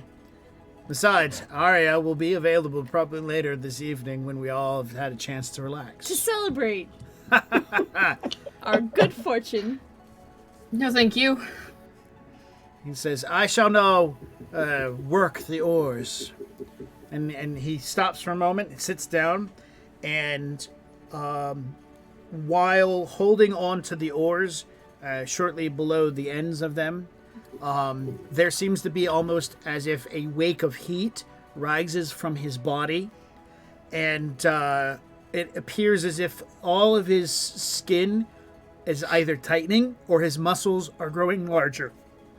As he digs the oars in and begins ripping them in the water and quickly tearing through the water in a powerful thrusting manner that causes the boat to go in jutting. Like, he's tearing into it, man. Okay. Thomas, because my brain's horrible, looks at him and then looks at Arya and sees how tiny she is and just and he immediately shakes his head. But I would like to magically check him out. Is he producing any magic, or is it just his race? Some sort of field is affecting the magic around him. You see no magic, but something is distorting the natural magic around him. Does it like part it? Like, do I Yes. feel like a push because I'm magic? Do I feel like a push on my chest or something? No. I would describe it more of lungs as whatever this is that's coming off him is diluting the magic in the area. Okay. It's just he's thinking about it real hard. So, yeah, he seems to have attuned himself to the task and thrown himself into it. Arya, what is she doing? Arya is playing a song. What did she have? Does she have the flute thing, or does she have a string? I want to be a pirate from Pirates of the Caribbean. I was maybe her pan flute. Yeah. She's gonna be performing a song on her pan flute to help with the mood of the rowing, because it's it's fun. Wind in your hair, splashy water. Yep. It's wonderful. Rippling muscles. Rippling muscles. I have a story about Wonderful. a dinghy. Oh, I have many stories about dinghies. So she's sitting like balanced like on the bow of this little rowboat, and just kind of like he and Narish will like pull so far back that like they just kind of brush each other. It's like, you know, there every once in a while. So yeah, it's fun. They seem to be enjoying themselves very much. Excellent. Good for them. Playing some wonderful motivational music. Your pacing compared to Maria's boat, you're probably doing twice her speed. Oh, wow. I mean, they're just rowing, and he is like trying to win some race that you didn't realize you were part of. He's not even taking it casual. Each time he seems to be trying to pull pull the oars harder than the last time. Oh gosh. Careful not to break those things. Yeah. Narish, I believe you've already won the race. I really got into this. I apologize. This was very exciting. You're performing wonderfully, dear. But we don't want to lose the rest of the group. But Nor the oars themselves. we're the away team. We all work together. They have another mission themselves. It's fine.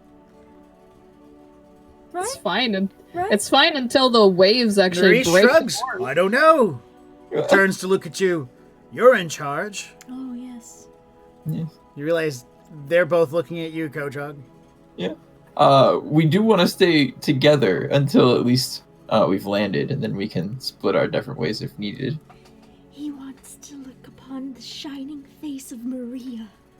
You sure? Oh, yes. Oh, okay. He starts rowing backwards. Yeah. The boat, of course, Yes, not I would well built imagine. for this. Is No, Narish, just continue rowing forward, please. They move back, and Thomas is like, Jesus. And then they move forward, and he's like, oh, God. I keep dying. all right. A couple of minutes of rowing, and you guys make it to the outermost dock of this settlement. Upon arriving, I should say, let's logistically speak about it. You and Maria are heading in, and you see docks, and one of the first thing you're looking for is people in armor walking up going, What do you want? "Where are you here? Why are you here? Give me money. Taxes, taxes." That doesn't happen. Doesn't happen at all. Nobody comes to the dock. Nobody comes to the dock. There are some people that are on the dock handling their boats and their nets. So as And you, they stop and look at you. some of them do. Like Some of children might be looking. I don't know, some of them will probably be like, they just saw this gigantic ship come in, Yeah, and they now told- there's like a raiding party coming out. So Yeah. like everybody's Yeah, I would imagine there's a couple of people that are just some going, onlookers. Yeah, onlookers, right? Maybe an old man with his rifle sitting at the dock watching as he's fixing his net. Mm-hmm. Okay. I guess we'll just tie up to the docks if nobody's gonna bother us about it. I would just proceed as normal until someone decides to either attack us or to talk to us. Gosh, Thomas is like so paranoid. Spells at the ready. Well, he's not donning his hat either. Can you imagine? Fucking large ship and then a wizard walking out on it. No, I can't imagine. I can't imagine it. So All right. Maria ties up her boat and gets off with her crew. Larry gets off, struts, kicks one leg, kicks another leg, adjusts his suspenders. I wonder if they've got any place to get something to eat. You think we'll have a chance to grab some grub? I've got a few coin left. just a few. This isn't shore leave, Larry. Is he even helping Maria tie up her boat? Yeah, Thomas walks over and kind of brushes past Larry and helps tie up the boat, because I would imagine Arish and And Kodrog has got their boat, so Oh yeah. Thomas helps Maria out. Okay. Oberon and Conrad also hop off the boat and assist as well as they unload some of the equipment that you guys have brought, which is trade goods, just in case. Mm-hmm. Maria, being a bit more diplomatic, she will let you know that she has brought on some salted fish as well as a few other things that the captain has made personal. It wouldn't be fish. It would be something else, like... Can I finish? Sugar or some She says, craziness. and she says the captain has made sure that we brought along something that would be worthwhile, and she gives a tap to her vest pocket and then points to a case, just in case we need to do some trading. Find me, and then we'll work from there. Will do. Larry has already started strutting down the dock, tips his hat the nearest guy. Evening. What time of day is it around here? Looks like it might be about sunset. Hey, that's a good net you've got there. You know, and he just starts being himself, like he belongs here. Thomas Maybe looks he at does. Maria and just goes, "You know you could leave him here, right? No one would care." Like, just teasing and joking. I could, but I think the captain would be mad for abandoning a crew member. If we made a call and he didn't show up, that's not my problem then. And she smiles to that, looks to Oberon and Conrad and says, all right, you two are with me. And she points to the southern part of town and says, I'm going that way. And turns to look to Kodrog. We'll take the north and rendezvous sometime later. I plan to be back at the ship before the sun goes down. If we miss it, then I'm going to just stay at someplace in town. Because I'm not rowing at night. No, definitely not. All right. So you and your team... Yes, are ready to go do whatever we need to do. So what is it you're going to do? Because you got to find this guy named Roagon. Mm-hmm. I'd like to try my magic thingy if I can. Oh yeah, try the magic Attempt thing. it. Like on the dock right now? No. But like later, once we get in. I mean, right now. I mean, Thomas will even speak up. Like, I suggest we go somewhere private, just so I'm not, drawing a circle with black powder and setting it on fire.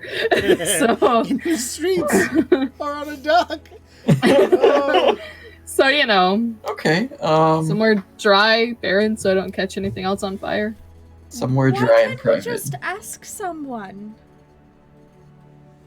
We could, but I prefer to actually know what the person that we're looking for looks like, at least. Okay. Dark hair, blue eyes. Unless you want to go wandering Dark around the hair, city blue for eyes. hours and or days. That sounds fantastic. Which we Yeah, well, do. we could start That our one's search. uncomfortable with actually doing the talking to people, Narish will say. Surprising because he has such a wonderfully silver tongue. And he's very attractive. Indeed. People would love you. It's not the point. I'm more concerned of. We showed up in a giant ship, and that's dangerous to a lot of different All things. the more reason to act normal. He looks to the man sitting on the dock and says, that one's always worried. I can feel it from him. And he says, hello! And he waves this big, yellowy colored arm at the guy. And the guy's just, he hasn't moved. He hasn't flinched. He continues to fix his net and stare at you guys because you're at the end of the dock where he's at. So you don't get any, worried from this old man. Well, perhaps we should maybe start our search, and if we find somewhere private for Thomas to set up, for Master Thomas to set up, we'll do that as well. Aye, aye. Is he captain? I don't think so. Should we say sir then? Yes. Aye, aye, sir. Lead the way, fearless leader. Naresh picks up the half pony keg or the bag of gunpowder and any other implements that might have been brought along. I don't know that you would have been brought. Yeah. Man, well, I think the best place to start is the tavern. That's what I was gonna say. I agree. No, remember, we're here to find a guy, not get totally shit-faced. We're here to commune with the locals and find a very specific person. Maybe they have a fighting arena. Perhaps they do. You But guys, we will have to find Roagon first. you And guys then we can fight. I mean, you can, not me, obviously. heading down the dock. It's not very long. It's not like a void dock. You get off, you're on a stony beach with black sand, black and white sand. So it's like a nice mix of grays and yellows. And what would probably pass for a tavern is no more than about 200 to 300 yards distance from where you're at coming off this dock. It is a building with about 3/4 of a stone wall and then a tin roof or metal roof of some type over that same part of a stone wall, and the rest of it seems to be wood and thatch and open to the elements. There's a large pit fire and some sort of stone staircase can be visually seen from the outside going down. Tables and leather jacks sitting on the tables this time of day. Two gentlemen, one is passed out outside on the sand on the ground, and another one is asleep on the table, while a rather large and round Keshin is behind the bar. What makes for a bar. Okay. So tavern, you found it. Only Yeah. 2 people, and both of them are passed out. But there's a bartender. Okay. Yeah, well, come friends, I'll buy us around. I say jovially, because we're just visiting in town. Looking for a friend. Yeah, lost friend. A long lost friend. All right. So I'll lead us up to the bar. You walk in, and as it makes the Keshin makes eye contact, he comes out from behind the bar, goes over to the man who's passed out in the sand out front of it, drags it into the shade. By it, you're not sure if it's a man or a woman because you can't see the front end of it. Drags it into the shade, drops it off in the corner, and the Keshin says, "I apologize." He sleeps in strange places. Please come in. Plenty of open tables. That's fine, I used to do that as a child. Is that ship yours? Oh no, we just sail on it. Ah, are there more crew members? Looks There to are. looks to Kodrog. There's quite a number of crew. Well, I have some brew that should be ready. And if you're interested into wetting your whistle, we see trade here. So we do take coin. Well, I think that we would all like to sample a glass of your brew. Glasses! No glasses here! Only leather so- jacks. And so he a pulls portion. out, let's see, 4 of you guys, so 4 leather jacks. And he pops the little plug on his keg and begins pouring out a yellowish amber liquid into each jack, and he runs it across real quick, plugs it, sets it up onto the bar, and before he relinquishes the handles, holds out his hand and says, 4 copper. That's not bad. Oh my. Okay. This must be very tasty. It's the only brew on the island. No wonder you can charge so much. I also have some accommodations out back for weary travelers looking for a place to rest. Tavern and Inn. First one on Saget. Well, we must get a okay. lot of travel in here then. How very forward to think. I will pay the 4 copper. Okay. An exorbitant price. Yeah, actually, it is. I mean, you would expect a whole copper, maybe 2. For the good stuff. Yeah. Yeah. For all 4. So I'm gonna smell this drink. Smells like real water. quick. Smells. I'll try it. Tastes like Budweiser. Budweiser or Bud Light? Bud Light. I apologize. Bud Light. Ooh. Does the bartender react to what Thomas said? No, he seems as if he didn't even notice. Like he's more eager about money and stuff like that. Well, Thomas will kind of type of thing, and he'll look at Kodrak then. And wait for Kodrak to speak up. So I actually didn't hear what Thomas said. So I, He was so busy like smelling and tasting that he was like, oh, he was Thomas getting, at this point will just go. he was getting all like Like, Kodrog was getting all bougie with his taste testing. he just, and then he like spit it back in, and then you swirl it, and then you sip it again. Yeah. Tastes better the second time. No, Thomas asked because the guy was like, "This is the only bar in the area where you could get booze. That you must get a lot of company or people going in and out of here." Oh yeah.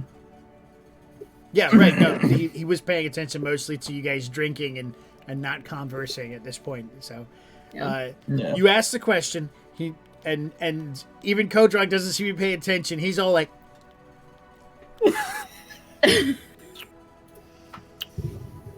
Yeah. Like I said, that's when Thomas just kind of like, he looks at Kodrak and then looks at the bartender and then looks at both of, the other two, and he just like, he just grabs his drink that he has and just holds it. Well, fine. Nobody's gonna listen Exactly. to me. No one, don't listen to me. Like, Yeah. We're not looking for a place to stay though. I'll sip some more of this and stuff. say again. We are looking for someone. That's right. And then he'll lean in and be like, "Then what are you looking for?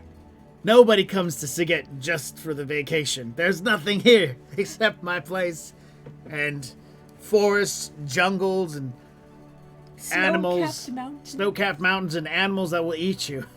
that and that ominous temple with the skull in its mountain maw. Yeah, nobody goes there. What's the story of that place? It was here before a lot of us ever even showed up. Ancient. I've heard rumors that some adventurers went looking into it, but they never came back, so. And I would say I heard because it was my, Yeah. Besides, most of the adventurers that want to go over there, they don't come to this side of the aisle. yeah, they don't come they, this They side. park over I only there. heard rumors that somebody went to go. So you must get a lot of people in here then, if you're the only bar on the island. Merchants. I get merchants coming in, looking to do trade with the villages upriver. Oh. We have business with a merchant. We're hoping that you can help us find him. I would be more than happy to help. Information costs, though. Well, if the information is as delightful as your drink, sure we can come to a price. Narish, eager, takes a big swig from his beer.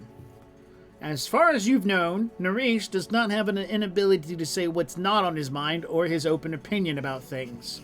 So he downs it, puts the beer down, and then stares at everyone else for a moment and says, "This tastes like water."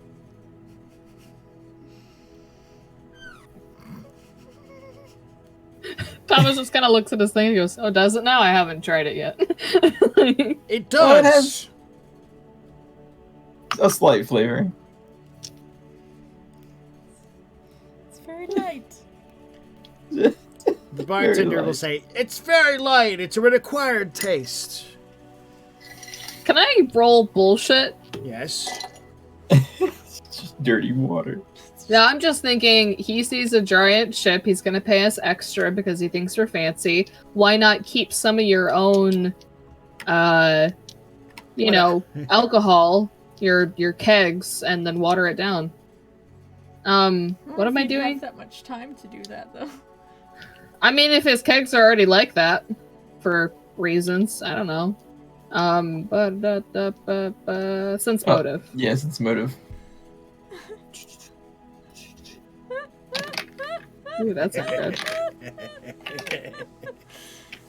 Well, and Narish could probably kill someone with his bare hands. That probably helps. Larry That can't. probably helps. Larry can't kill anything with his bare hands. Like, Larry can say stuff like that and nobody thinks like, he's like, oh, what an asshole.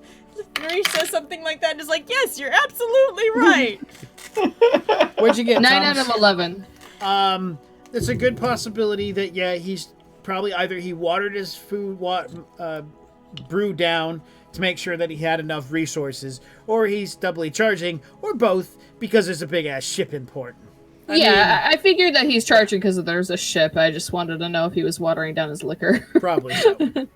Yeah. Thomas kind of just adjusts a bit and he goes, I'm guessing you don't get a lot of resources on the island to make as much as you'd wish you could. I don't get enough reason to make enough brew. And he kind of like shuffles a couple of cups around. So who are you looking for? What?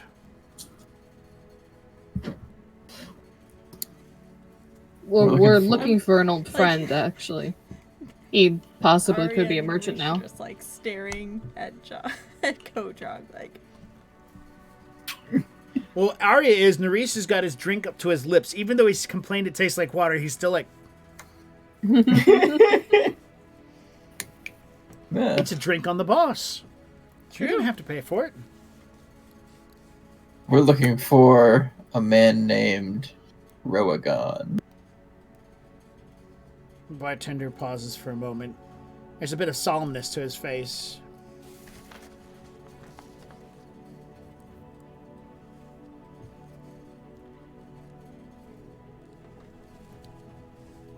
One moment. Yeah, take your I'll time. just tell you that if you're gonna I was gonna say I've already made my deposit of 4 copper, so Bedard's gonna be more suspicious and he'll be like, Sounds yo, good. we're closing. You know? When you produce like coin on the counter, he'll slide it back to you, and he'll shake his head. You don't have to pay me for this. I know the name Roagon. I know of it, and I can't help you find him. But I know someone who knows all about him. His shipmate, one of his good crewmen, who retired on the island of Saget here. Hey, Snook. Mhm. Snook. Yeah. Finally, I remembered. But we're gonna take a name from the audience though, All right. because that way. So audience, we need a name. I don't think you said it. Audience, we need a name. Magical one sound pudding. magical wand sounding pudding. Yeah, Yep. you heard him. Pudding. Pudding. Ragnar. Ragnar, write it down. Right. Okay, Ragnar. Man, I hope those were the only 2 R names on that ship. Right? Ragnar, Roagon, and Rodney all got onto the rowboat and rowed. And rode rounds. Round. The reverse. Upriver, at least half an hour's worth walk, there's a cottage, a house, old shipmate of Roagon's. His name is Ragnar. He served him for years, I guess. Roagon's been gone for some time. No, he doesn't know that. Yeah, he doesn't know anything about. He doesn't know anything. He says Ragnar will be able to tell you more about Roagon and where you can find him at. Excellent. Yeah, we're going to go with Ragnar instead of Roshan. Yeah. May I He'll ask? just say Rochin all the time. You know me True. too well. May I ask? How many people are actually on this island? He shrugs. It's me, my wife. It's about 10 people who live in town. It's like, me, all these people, some more. There's a couple of people who live outside of town. There's a mining. There's some villages, there's some There's a mining towns, village there's up the some other river. Things. So, I don't know. Yeah, I don't think he would know that. He doesn't know. If you don't mind me saying so, if you actually put some effort into your drinks and actually advertised it, you could get a lot more people than He just shrugs. 2. And you wouldn't have to water down your drinks. He shrugs. He doesn't. If the men on your boat get tired and thirsty, send them ashore, and I've got plenty to go around, as long as they've got the coin to hold it up. I'm sure many of them would complain about the taste, but as you can tell, and he looks at Nareesh, who's just chugging, and I'm sure like Nareesh grabs Thomas's because Thomas hasn't drank his. Like, I'm sure you'll find plenty of people, and he'll pivot a bit and thank the man for the information. All right. Yeah, I'll finish my Budwater. This is not a Budwater. Yes, yeah, it's just crap. I mean, he had some decent beer that he cut in half, and then that way he would make more money because he sees a big ship. Yeah. All right, Yep. so what would you guys like to do? I mean, we just follow the trail. We go to find Ragnar. All right. Yeah, Following the river up, it's like half an hour's worth of time. You're kind of judging the distance or the how far you're moving, and there are small hovels or like little fishing shacks or something. But at some point, you come across a cottage, a house, a fenced-in yard, animals. What looks to be an elderly man, probably in his early 50s, is in fields where there are some plants growing, and he is turning the earth. So as you guys are walking along this like half-beaten path following the river, the 4 of you. Okay. So I'll look around to the group and point at the guy in the field, and we suppose that might be our Ragnar? This is the first thing that's even resembled a cottage. possibly. Might as well ask. Yeah. He's like a distance away, right? Sure, yeah. Yeah, I'll shout, Ragnar! My friend! All right, the gentleman stops what he's doing, rises from the dirt, brushes his hands off, and begins walking away from his field toward the river to where you guys are at. Okay. There's a little cheap fence around the yard that keeps animals in, and so you'd have to like open his fence and walk in, running the risk of having one of his animals escape. And there seems to be a rather eager billy goat near the fence gate, waiting, like looking at you, looking at the gate, kind of making eye contact. He gets at least a few yards away and says, "Greetings. I don't know you. How do you know me?"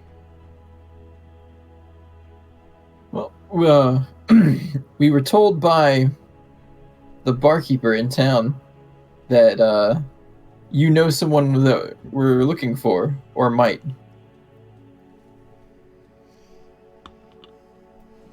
Roagon. He looks down. He's definitely not seen what's up? Oh, So yes. the two behind you decide to step up and be like, I am Arya, and this is my companion Narish, and these are our good friends Thomas and Kodrog, and we are here because we have been told that you might have knowledge of a friend that we are looking for. Right, Kodrog? Yes, she's much better spoken than I. Forgive me. She's very theatrical too. Thomas like softly Like- speaks. It's been a long journey, and I am tired, and I forget my manners. I'd offer you something to drink, but all I have is goat's milk. I don't think I've ever had goat's milk. He just, all right. It's pretty good. Watch the little one there. He likes to get out. Duly noted, he's giving me the eyes. Like Thomas just squints at the goat. As you guys are You making goat your people way, eyes. trying to get over, you get through the gate and whatnot, the goat seems to watch what you do, and as you step away, it begins using its lips to try to manipulate the lock to try to get it to open. I saw a goat do that one time. I just can't help but remember that. Using its lips to try to open a gate. Doesn't know what it's doing. It's just...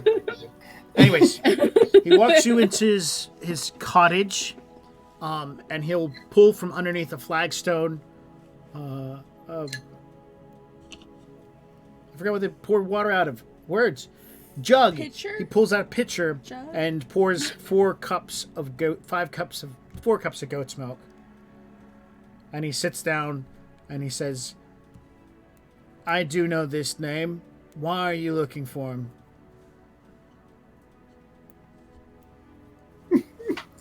I look at Thomas.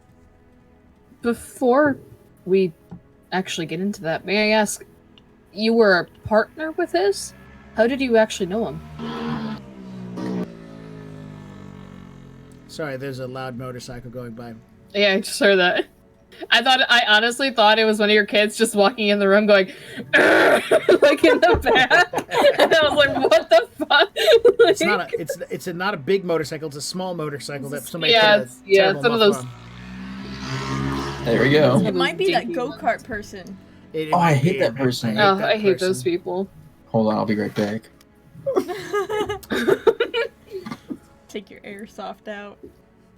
Roagon and Zelagar ran a small fleet, 3 vessels, and I was one of his mates.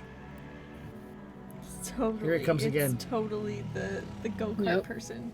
I'm just racing up and down. We have the straightest road in front of our house, and so people just That's get what stupid happens on it. with our area too. One of these days we'll put a fucking spike trap out there. Go-karts. He ran 3 vessels, and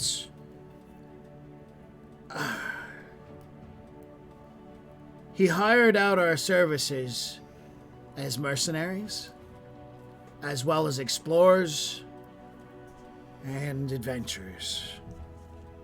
You two were friends then, I'm taking it. Or just teammates.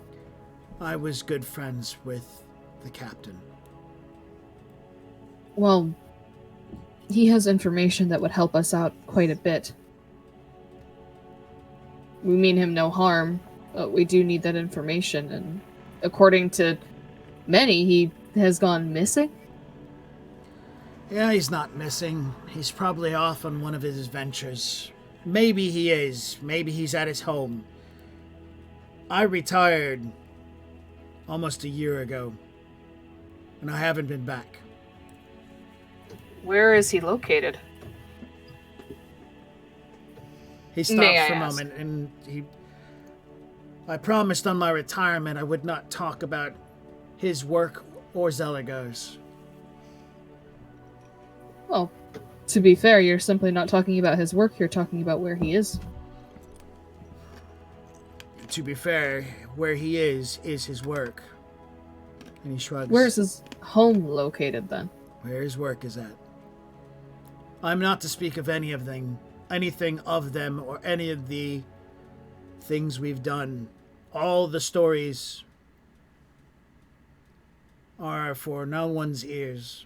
I'm sorry. Not even to... Before I say anything else, out of character, these people work for the Public of Porthion, right? Who? Or they did? Who did? These two people, Ragnar and... You don't know. You don't know about Ragnar, but you know Roagon used to be an ex-military man who left. He abandoned, what's the word I want to use? Deserted. He deserted his post. Okay, and Public Porthion's like a bad thing, right? No, you don't know that. You know that they have a bad They are reputation. very xenophobic. They're very xenophobic. If you're not human, And- they don't like you.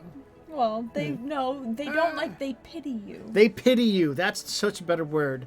I like it better. Yeah. You're not Ouch. human, they pity you. But that's the whole... That's kind of why we're here, though, right? We're here because he has information of the Public of Porthion to help out our kingdom. To find out more about them.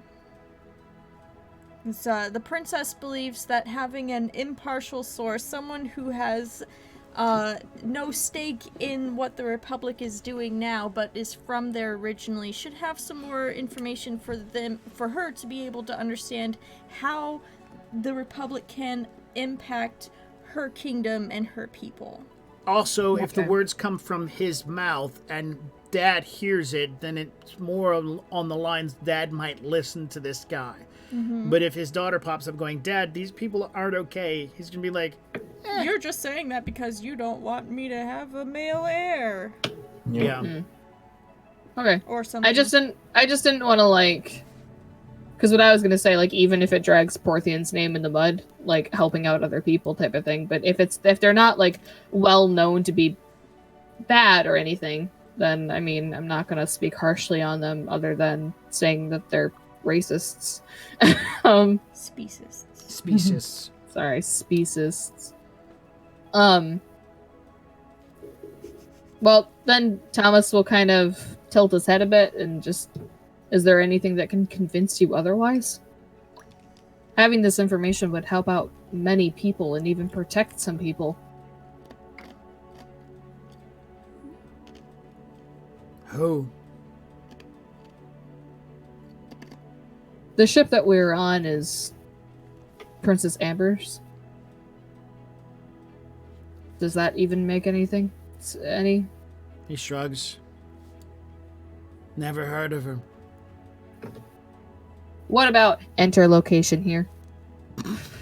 Of the kingdom, because I can't remember the goddamn kingdom's name. Kingdom of Kadav. Yeah, Kadaf, there we go. I was like, Kadaffer? Kadoofer? No. Bidoof? No, that's a Pokemon. He shrugs. Wow. I heard of it once. Might have been through it. You're saying those people need his help? Are you looking to hire him? Possibly, if it'll take that. The information that he has could possibly help out a lineage of some sorts.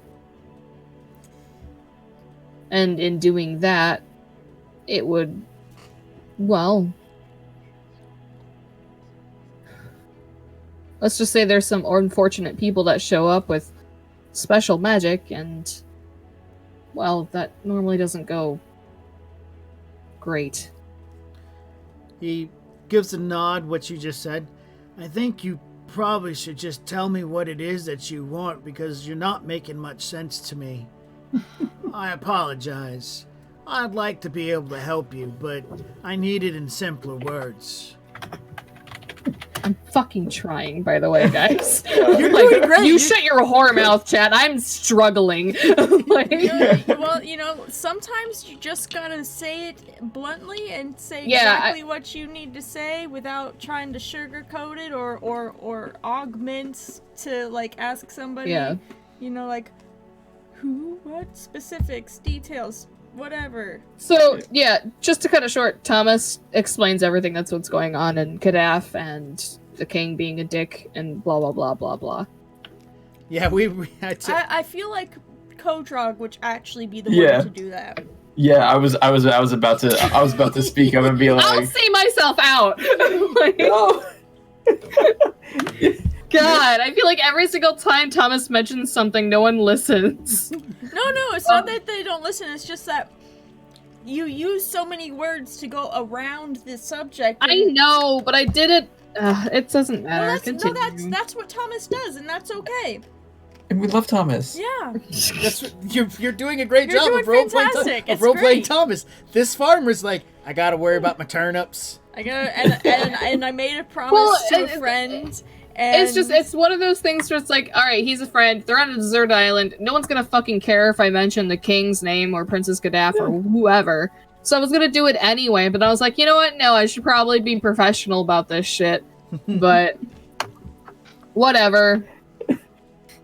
Continue. Well, okay, so then me and Thomas can tag team the Plainsword explanation of some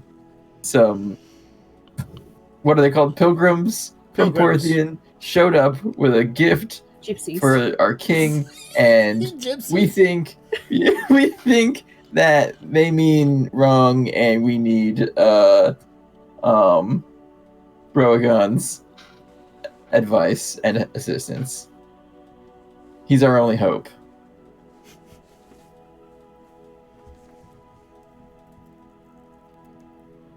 All right. I'll buy some of your turnips if you tell us where he is. help They me, look really Ragnar Kenobi. Yeah. My only hope. Lots of stuff to your Star Wars callback, guys. They've been playing a lot of Star Wars. I mean, it's the big thing right now for us, the Star Wars. Ragnar gives a nod. I see. I understand. I don't know if he is at his home. And I can only tell you where to find it and how to find it. Beyond the blue side of beyond the mountain, heading to the north. You'll come to the blue side. It'll be cold and it'll be dark. And at some point, only as the sun is setting will the mountain pass split. You will only see it for a short period of time. An opening will be seen. That is the only way to find his home. The only way to find it. Otherwise it could take weeks or days of searching. I'd lead you there, but I'm too old and almost too blind to make my way easily enough. That, plus I promised him I would never show anyone where his home is. Just find the blue side of the mountain, wait for sundown, and you'll see the mountain open. That's all you need to know.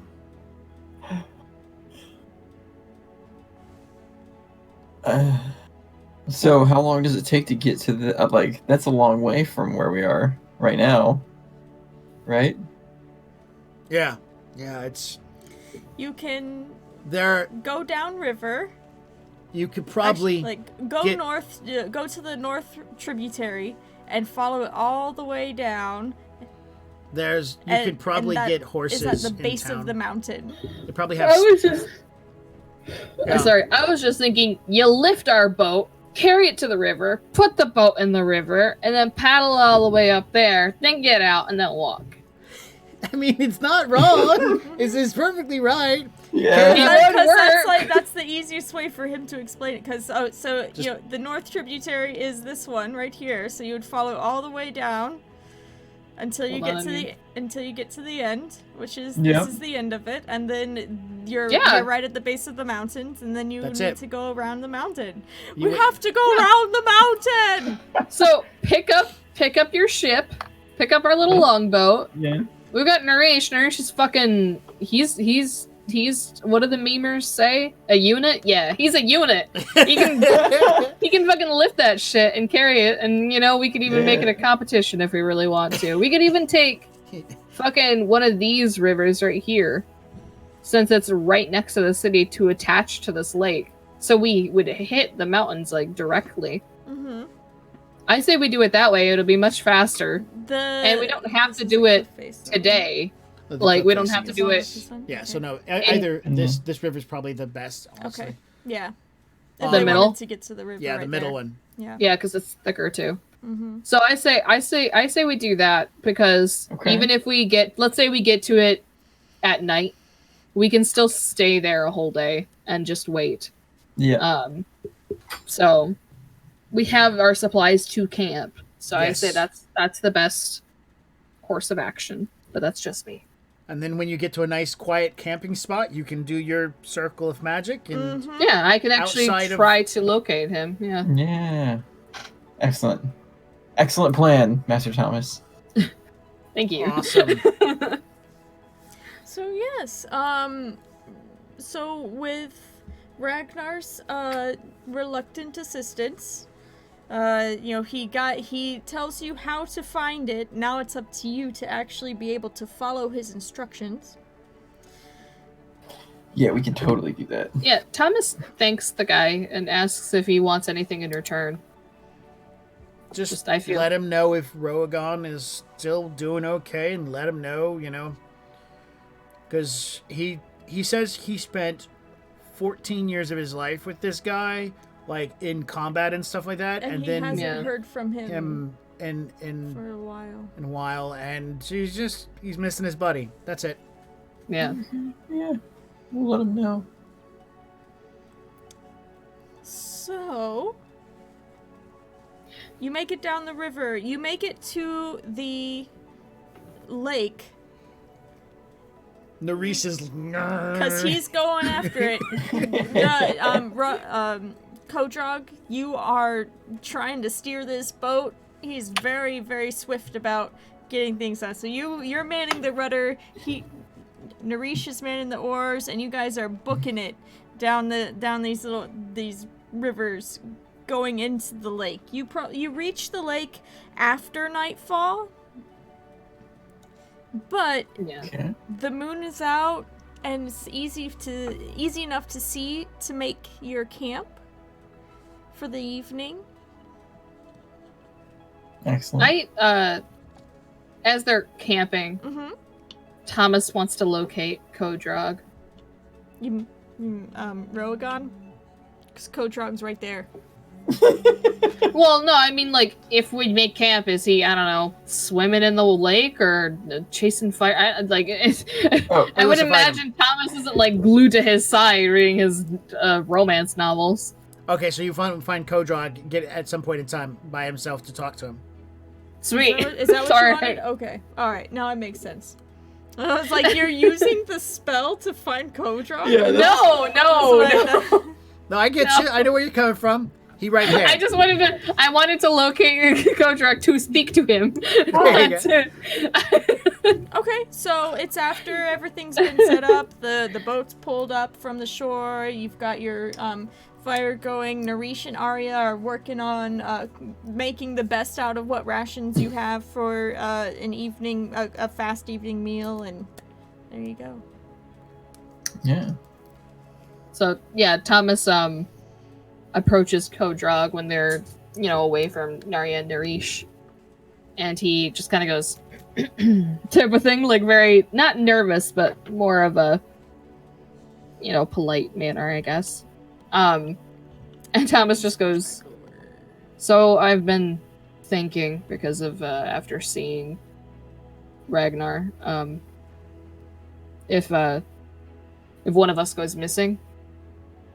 I mean, I would like to locate you. I wouldn't want to lose a friend that we've been, friends for a while.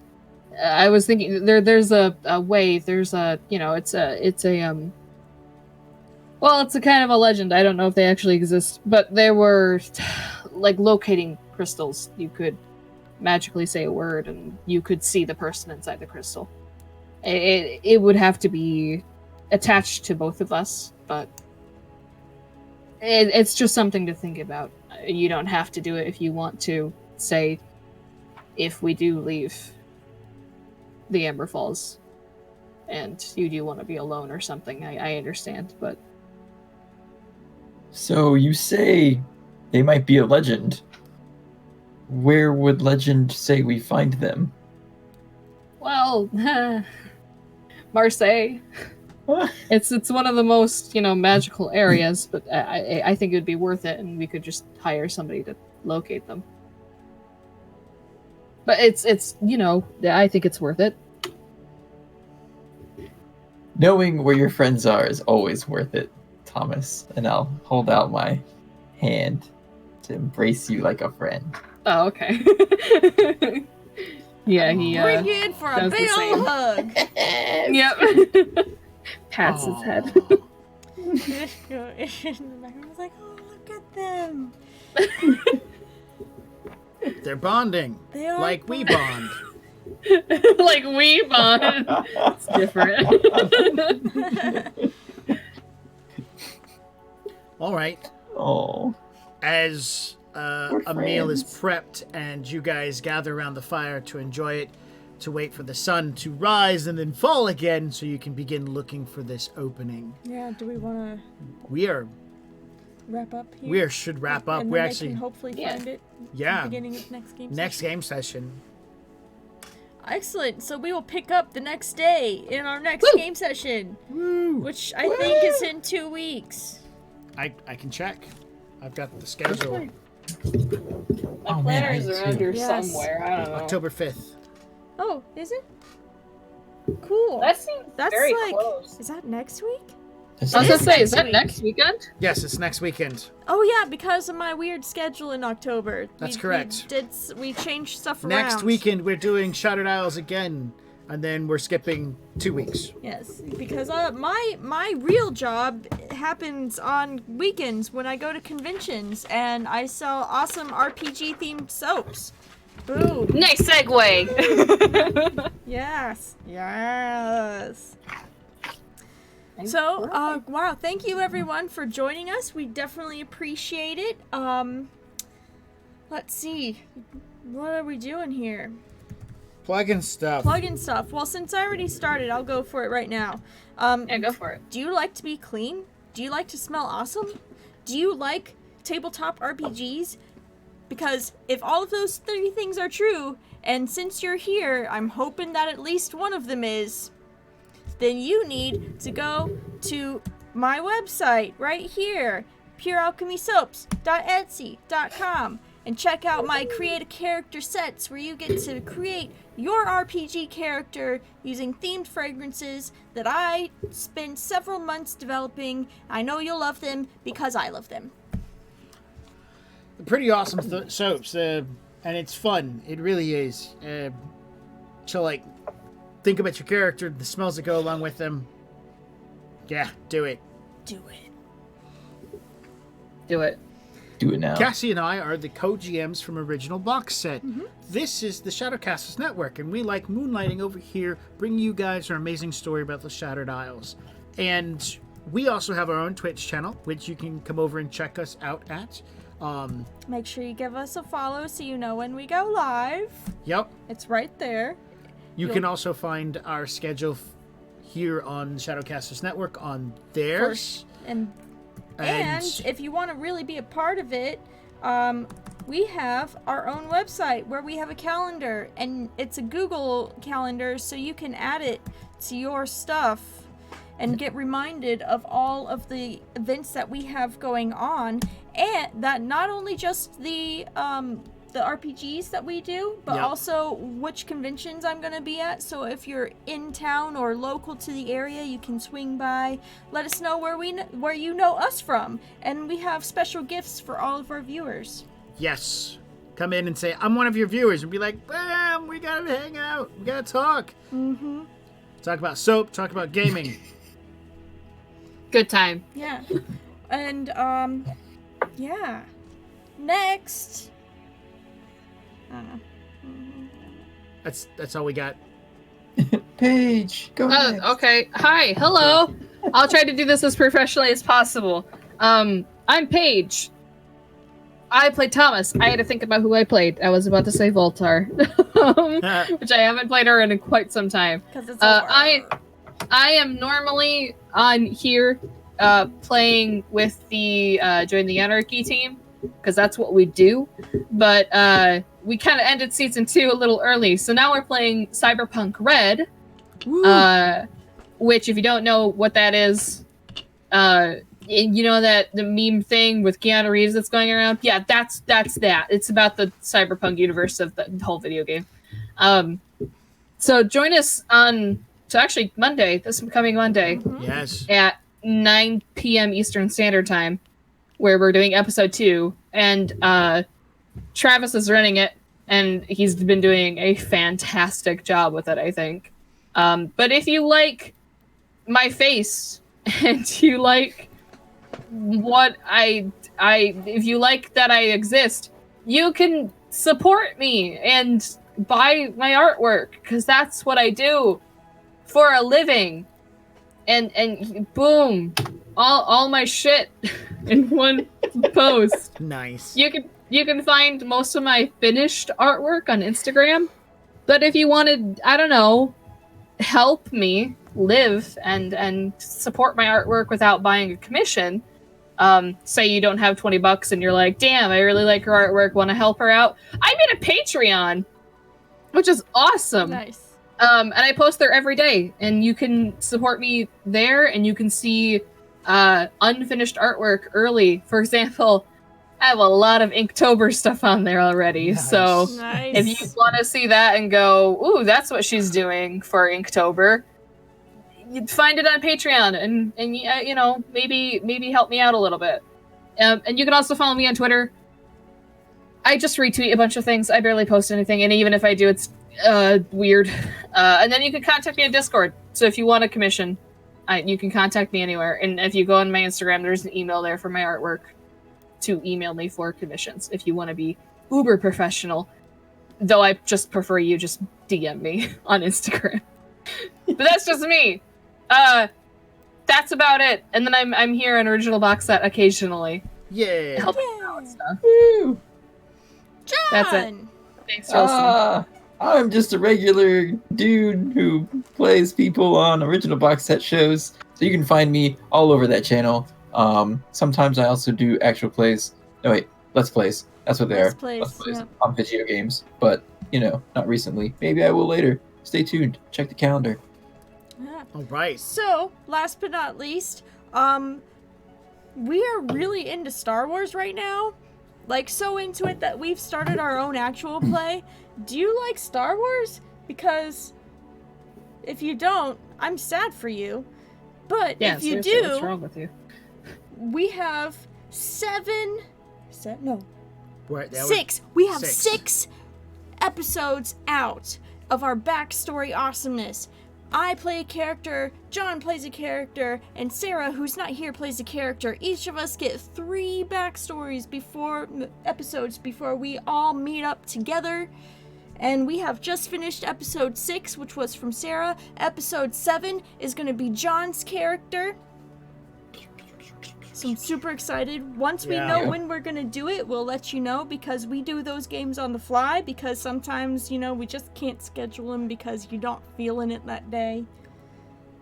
Life happens. Life They just got happens. finished battling Droidicas and Ventress. Yes, you missed Yeah. out. We met Ventress for the first time, and it was scary as fuck.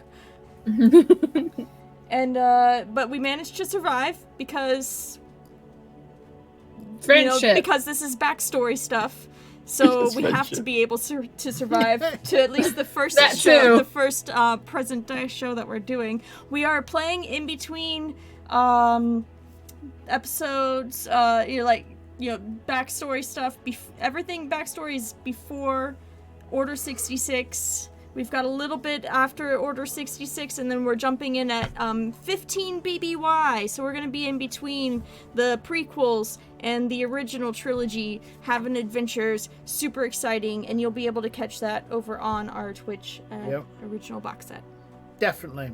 Ooh. Come hang out. Yes, Highly recommend. indeed. Do it. All right. I think that's it. We're done. Yay, we're done. We'll see you guys next week. Next Woo! week, bitches, you're gonna hang out with us, and we're gonna go adventure through the Shattered Isles, and they're gonna adventure to find Roagon. I gotta Yeah. find this dude who hides in a mountain. I Secret keep mountain wanting to cave. say Rovagog, like the Pathfinder god. And then and I'm like, oh no, wait, it's not the god of destruction that we're hunting. No.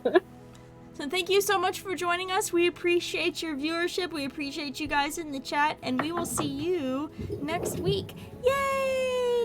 Later. Bye. Bye.